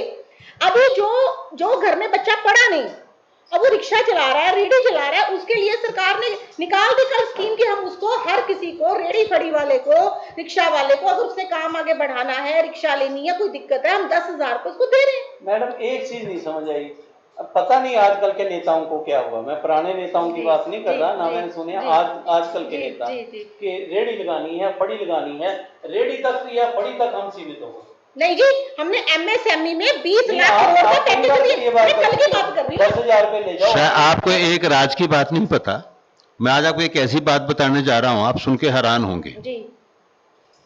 देखिए, मेरे भारत में किसी चीज की कमी नहीं है, बिल्कुल, लेकिन हम मार कहां खाते हैं आकर? पता है आपको हम कहां मार खाते हैं? हमारी जितनी भी नीतियां हैं, जितनी भी पॉलिसीज हैं, जितनी भी जन कल्याण हमारी योजनाएं हैं, वो मार कहां खाती हैं आकर? खिड़की पर। हम खिड़की पे पिट जाते हैं आकर। कैसे पिटते हैं मैं बताता हूं आपको। अब DRDA है, district rural development agency, for example, उदाहरण के रूप में, जिसको ADC उसके चेयरमैन होते हैं, ठीक है। उनके यहाँ पर बहुत सी वेलफेयर योजनाएं आती हैं, जैसे कि रूरल से संबंधित है तो ग्रामीण संबंधी बहुत सी उनके पास विकास योजनाएं आती हैं। तो मैं एक दिन ADC साहब के पास बैठा था, नाम अब नहीं लूंगा, तो उन्होंने कहा, वकील साहब देखो, अब हमारे पास 1.5 करोड़ रुपए आया था, ये पुराने जमाने की बात है, हमारे पास 1.5 करोड़ रुपए आया था, उसमें सिर्फ 25 करोड़ रुपए जो हैं उनका विनियोग हुआ, 1.25 करोड़ रुपए खर्चे नहीं हुए, वो 1.25 करोड़ रुपए हम वापस भेज रहे हैं। मैडम ऐसी क्यों? मैं एक बात बता रहा हूं आपको, सुनिए। तो जब सुनिए, जब सरकार सतर्क होगी, हमारी सरकारी नुमाइंदे सतर्क होंगे, जागरूक होंगे, हमारी जनता के वेलफेयर को समझेंगे, आत्मसात करेंगे, उनके ऊपर गौर करेंगे, तो वो ऐसी योजनाओं को क्रियान्वित करवाएंगे, ऐसी योजनाओं को लागू करवाएंगे और उनका लाभ जन जन तक पहुंचाएंगे। अब देखिए, कौन जिम्मेदार था वो 1.25 करोड़ को वापस होने में? वो अफसर जिम्मेवार था जी नहीं, वो नुमाइंदा जिम्मेदार था। मैडम ये आप देखिए, सरकार का काम है, स्कीमों के पैसे आपको दे दिए, इम्प्लीमेंटेशन के लिए गवर्नमेंट एम्प्लॉइज इसलिए रखते हैं। MLA क्या कर रहा है, उसका नहीं फर्ज बनता। तो उन्होंने क्या उन्होंने जाके MLA से बात की? नहीं करनी, MLA को चाहिए। बताओ तेरे पास क्या मैडम, चलो ये विषय वकील साहब का बहुत, हमारे जो व्यूज कर रहे हैं, हमारे एक और एडवोकेट लिख रहे हैं, दरअसल यह मुद्दा संवेदनशील है कि हमें इस बात को ग्राउंड लेवल से सोचना चाहिए। और हमारे एक साथी लिख रहे हैं, गोइंग ऑन, वेल डन, बहुत बढ़िया, और इसको और आगे लेकर चलो। हमारे एडवोकेट समीत हैं ढींगरा जी, ये लिख रहे हैं, हम किसी सरकार को गलत या सही नहीं कह रहे मैडम, देश की रीढ़ की हड्डी को मजबूत करना जरूरी है, हर देशवासी को मूलभूत सुविधाएं मिलनी जरूरी हैं और बड़े उद्योगपतियों को समर्थ लोगों की योग्यता के आधार पर नौकरी देनी चाहिए। एडवोकेट साहब, आप मुझे एक बात बताओ, कौन से प्रजातंत्र में लिखा है कि फ्री खाते में ही सबको मुहैया करानी जरूरी है? किसने कहा फ्री खाता? वही कह रहे हैं, सबको फ्री खाता योग्यता के हिसाब से कह रहे हैं। योग्यता के हिसाब से देते हैं, मिलता है, कोशिश की जाती है। आंधा बांटे रेवड़ियां, मुड़ मुड़ अपनों को। जी, उसमें ऐसा होता है कि ये प्रचलन चलाया किसने, फिर उसको तोड़ो। तो तोड़ रहे हैं, अभी टाइम लगता है। अब आप तो यूं कहते हैं कि जादू की छड़ी चला दो। अच्छा, आए हैं तो अभी टाइम लगेगा। चलो मैडम, हम अपनी समाप्ति की ओर चलते हुए, फिर समय घड़ी नहीं रुकती। आपने आज बहुत बढ़िया, जसमेर जी ने भी बात की, लेकिन जाने से पहले आपने पत्रकारों की बात की, मैं वो लास्ट में करना चाहता था। बिल्कुल जसमेर जी, आपसे भी इसमें 2 मिनट लूंगा मैं, कि पत्रकारों ने ये लिखा, पत्रकारों ने, आपने इतनी बड़ी बड़ी झंडी, ये झंडियां दिखाई, और मैं सिर्फ इतना कहना चाहता हूँ कि पत्रकारों की बेस पे ही, पत्रकारों ने ही नीतियां दिखाई, तब जाके सरकार चेंज हुई। अगर किसी में कोई कमी थी, पत्रकारों ने बताया कि ये कमी है, ये कमी है, तब लोगों का माइंड बना। और अब भी जो पत्रकार कर रहे हैं पूरे हिंदुस्तान के अंदर, मैं कहना नहीं चाहता, आप अच्छी तरह जानते हो। देखिए जसमेर जी, एक मिनट एक में चीज बोलेंगे। मैं आपको बताती हूँ जो और आपने एक ये पत्रकार साथी ने अभी दिखाया लॉकडाउन में, लोगों को खाना नहीं मिल रहा, सड़क के ऊपर मरा हुआ कुत्ता, मैं ये शब्द नहीं यूज करना चाह रहा था, कैसेट पड़ी हैं, बहुत सोशल वायरल हुई है, आपने भी जरूर देखी होगी। आपके एक मरा पत्रकार हुआ कुत्ता, जी। वो भूखे लोग बैठकर उसको खा रहे हैं। एक पत्रकार ने ही ये भी दिखाया था कि लोग कैसे खाने का अपमान कर रहे हैं, इकट्ठा कर करके घरों में इतनी पूड़ियों के बड़े बड़े टोकरे, हमने भी दिखाया था ये। और वो ये हमने घर भी में दिखाया उनके था। वो मांगने के लिए रोटी ला रहे हैं। सर एक मिनट, मांग रही है हमें रोटी, नहीं रो रो के चीखे मार रहे थे, और उनके घर में मांस पक रहे जी। अब देखा- बताओ क्या देखा करें? है, ये देखा। हमने देखा दिखाया ना? था ये। तो फिर क्या करें? लेकिन- आप बताइए, ये सरकार इसका- कैसे इसका- कसूर हुआ? इसका- लेकिन मैडम वो अपवाद है। फिर वो अपवाद को डिस्कस भी तो करना फिर पड़ेगा। आप पत्रकारों को शाबाश देंगी ना? नहीं देखिए, नहीं, आप शाबाश आप देंगी जैसे या नहीं? पत्रकारों को तो देनी पड़ेगी। आगे- मैं वो- वाले साहब की बात का जवाब देते हुए, एक मिनट, ये जो था ये पंजाब के, मैं नाम नहीं लेना चाहता, जी। हमारे अम्बाला के पास का ही वाक्य था पंजाब का, कि जिस वक्त गुरुद्वारे के लोग, हमारे एनजीओ संस्था राशन उस वक्त पका हुआ खाना बांट रहे थे वकील साहब, वो खाना बांटने गए, सुनिए सर, वो खाना बांटने गए तो बच्चे आए, वो कहते जी हमें सब्जी नहीं चाहिए, सिर्फ चपाती रोटियां दे दो, प्रसादे दे दो। वो कहते प्रसादे तो खाना कैसे खाओगे? कहते जी होता घर सब्जी बनी हुई है। कहते सब्जी की बन गई, जिमें बंदा पूछी लेता, कहता सब्जी की, कहता डैडी मुर्गे ले आए सी, मुर्गे बने हुए हैं। तो फिर आप तो सुनो, सुनो फिर पूरी बात नहीं सुन रहे। वो जो सेवादार थे, वो उनके वहां गए झोंपड़ी में, जहां भी वो रहते थे, वहां देखा कि बड़ा पतीला मुर्गे का बना हुआ है, और जो नहीं कहना था, चलो उन्होंने कहा हर एक हमारा हिंदुस्तान अलग अलग भांत भांत की संस्कृति से जुड़ा हुआ है, ठीक है, इस तरह के भी हुआ, ये भी पत्रकारों ये ने भी दिखाया। अपवाद करके टाल दो आप। नहीं है और क्या है? नहीं आप ये बताओ, जब लोग खाने के लिए फोन करते हैं, आपने भाई साहब वो न्यूज देखी थी कि जिसमें वो घर में पुलिस वाले गए हैं और उसके घर में वो फोन कर रहे हैं हमारे घर में राशन नहीं, उनके घर में आटे के डिब्बे पड़े पड़े, तो 2 दिन की रोटी की कमी कहाँ है? लोग पहले ये समझे, एक मिनट, मेरे घर में अगर आटा है तो मुझे समझना पड़ेगा मुझे आटा नहीं लेना। लोग डर गए कि पता नहीं ऐसा कितना क्या बंदा करें? चलेगा इन लोगों में। मैं आपकी बात का जवाब दे दूं वालिया साहब। ये ठीक है कि जो आपने बात कही, ये भी ठीक है कि लोगों के घरों में काफ़ी अनाज पड़ा था, लेकिन वो फिर भी मांग रहे थे। कुछ लेकिन नहीं, वो हर चीज अपवाद नहीं हो सकती ना, इतनी सारी बातें होगी, ये इतना सारा अपवाद जी नहीं जी है हो सकता। बिल्कुल ठीक कह रहे हैं आप। तो ये भी है कि सरकारी संस्थाओं ने भी बहुत कुछ दिया, और लोगों ने वैसे ही वहाँ पर स्टोर करना शुरू कर दिया बिना ज़रूरत के भी। लेकिन बात यहीं आके ख़त्म होती है वालिया साहब, कि ऐसे जो एपिसोड्स हैं वो कम हैं और वो अपवाद की संज्ञा में आ जाते हैं। हम यहाँ बात कर रहे हैं मेजॉरिटीज़ की। अब आपने पत्रकारों की बात कही थी, देखिए सभी योद्धाओं को सम्मानित किया गया, बिल्कुल, लेकिन एक पत्रकार योद्धा हैं जिनको वो सम्मान नहीं मिला, जो मिलना चाहिए। वो भी अपनी जान को हथेली पर रखकर उन्होंने भी बहुत कवरेज की। जहाँ भी कोई कोरोना संक्रमित मिल जाता था, सबसे पहले वहाँ पत्रकार ही पहुँचता था, डॉक्टर शायद बाद में ही पहुँचते थे। तो पत्रकारों ने कोई कोना नहीं छोड़ा, पूरी कवरेज दी, अपनी जान की परवाह ना किए बिना। और सबसे ज्वलंत उदाहरण, सबसे बड़ा एग्जाम्पल हमारे सामने बैठे हैं श्री तेजेंद्र सिंह वालिया जी, जिनका अभी हाल में ही एक मेजर ऑपरेशन हुआ हार्ट का, बाईपास सर्जरी, और डॉक्टर जी ने इनको बहुत ही स्ट्रिक्ट चेतावनी दे रखी है कि आपने बिल्कुल रेस्ट करना है, अपने आप को एक्सपोज नहीं करना है। लेकिन पत्रकारिता की ये जो मिसाल आपके सामने बैठी है, इनको सलाम, इनके जज्बे को सलाम, इनकी तारीफ मुंह पे नहीं कर रहा हूं, लेकिन इन्होंने इन सब बातों को भुलाकर ये फिर वैसे डटे खड़े हैं, उस मर्ज को ये भूल गए हैं।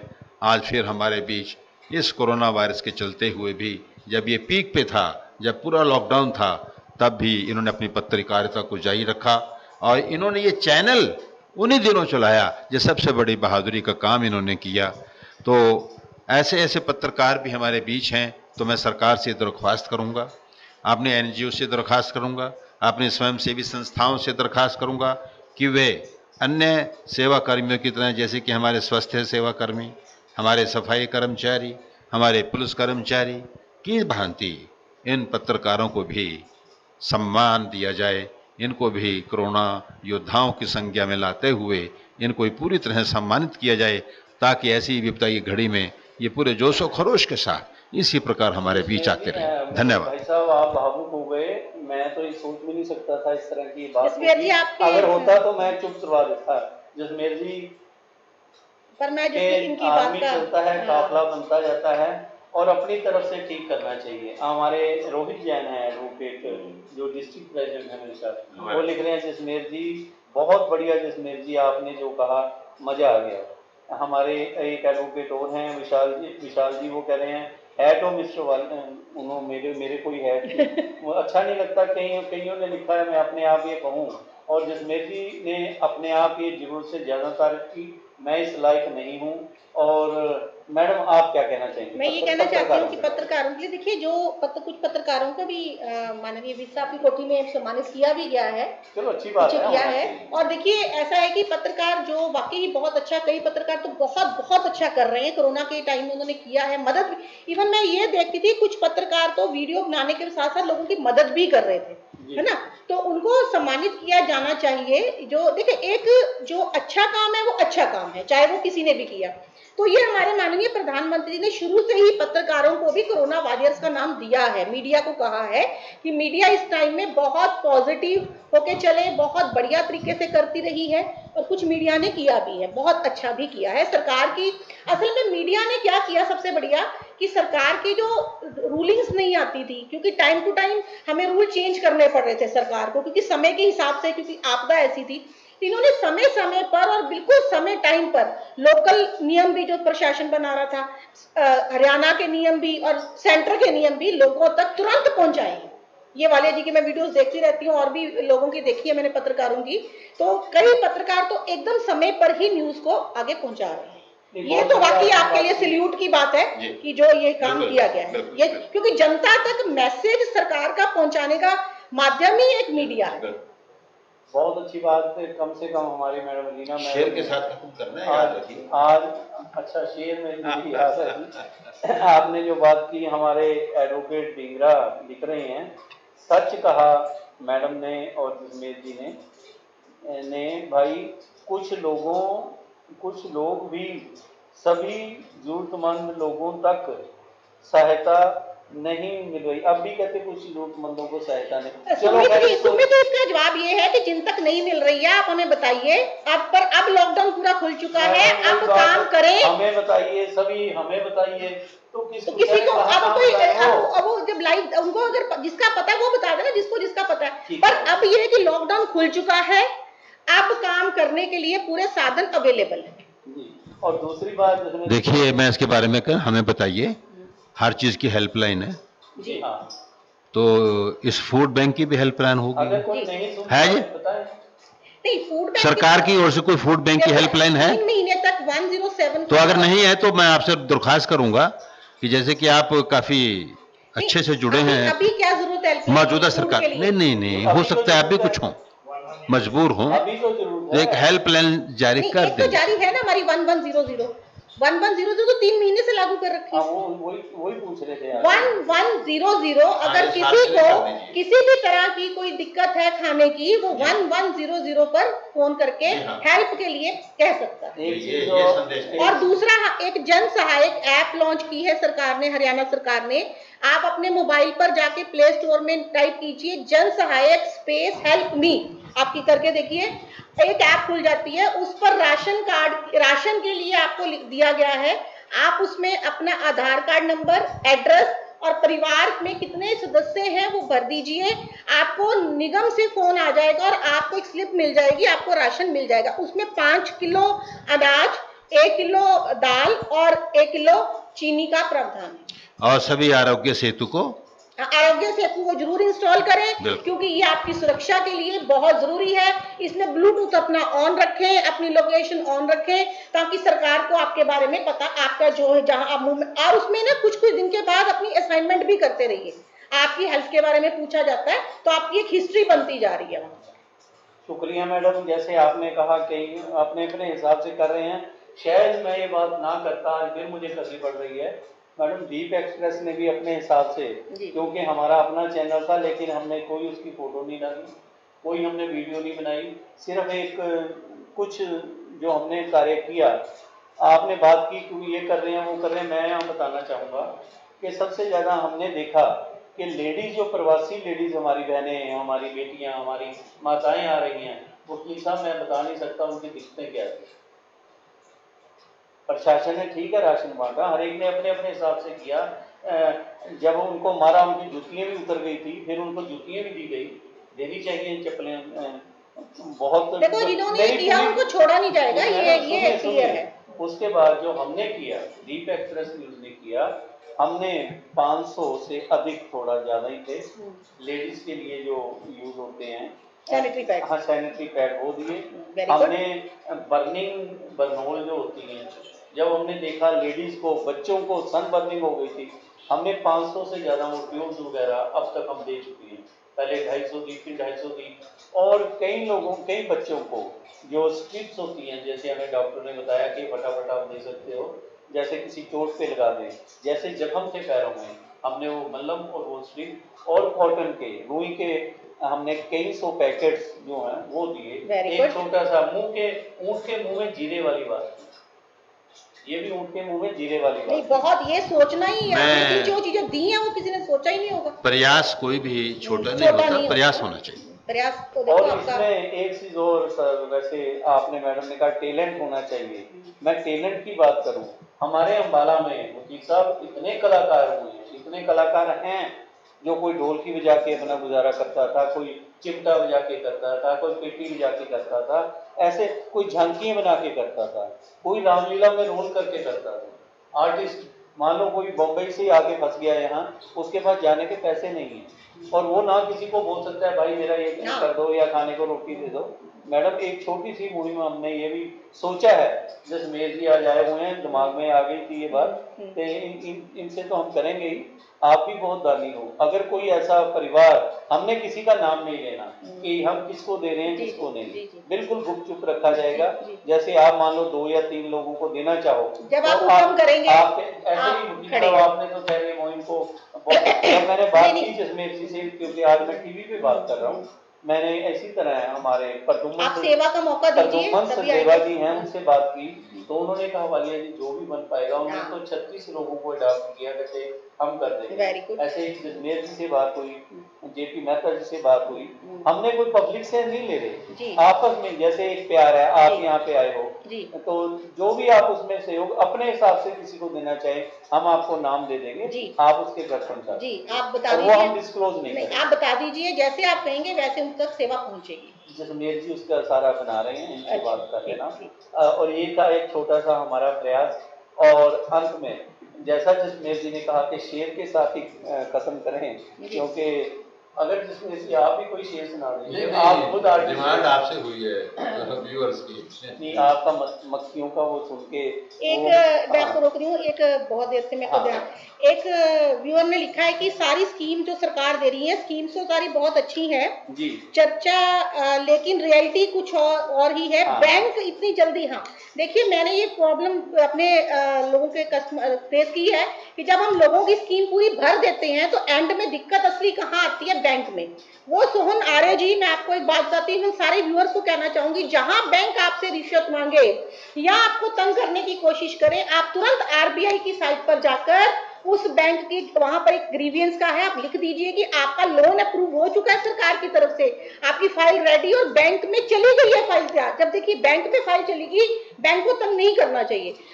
तो आप क्या कर सकते हैं, अगर आपको बैंक तंग कर रहा है, आपकी फाइल बैंक में जाने का मतलब है बैंक को देना है, तो आरबीआई में यहाँ मैं थोड़ा सा लगा दूं, ये जो जिन्होंने भी पूछा है आपको हम जल्दी फिर बुलाएंगे, उसमें ये है मैडम, सिर्फ बैंक ही तंग नहीं करता, उसके अंदर ये है कि जहाँ फार्म भरवाने जा रहे हो, जहाँ भी आप जा रहे हो, मुझे नहीं पता, आप भी फार्म शायद फिलअप करवाते हो, आम पब्लिक का ये कहना है कि फार्म हाथ में लेते ही परेशानी शुरू हो हो जाती हैं, कहाँ कहाँ चक्कर अब नहीं होती हैं। अब मैं आपको बता देती हूँ, लोग गलत जगह पर चलो ना इसको जाए, हम फिर डिस्कस नहीं, करेंगे। लोग गलत जगह पर ना जाए तो नहीं होगी हाँ, परेशानी। बहुत बढ़िया। उसके लिए लोगों को पता ही नहीं सरकार ना। ने बंदोबस्त कर लोगों दिए, को पता ही नहीं ना। बता देंगे लोगों को, अगर आप जब आप हुक्म दोगे लोगों बता को क्या देंगे। पता, लोगों को तो सिर्फ ये पता है कि वोट देने के लिए पर्ची आगे जाके चुपचाप नहीं वोट नहीं, डालो। प्रजातंत्र में सब साथ है और हमारे मोदी सरकार सबको साथ नहीं, लेके चल भी हिंदुस्तान रही की है। जनता बहुत बोली है मैडम, वाकई में नहीं उनको अब पता। समझदार हो गई है जी, मोदी जी ने सबको समझदार नहीं, बना आप दिया कह है। रहे हो।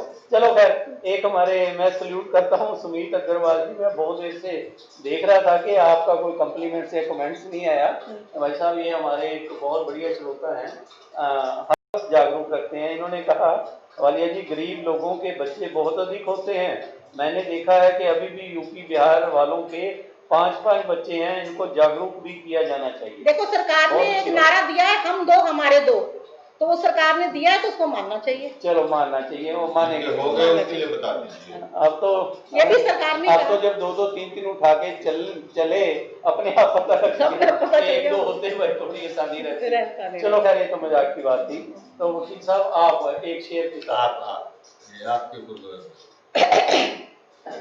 आपने बात की थी मधुमक्खियों की, छत्ते की, मोम पे आगे थे, मगस, फिर उसके बाद हम आगे थे मोमबत्ती पे।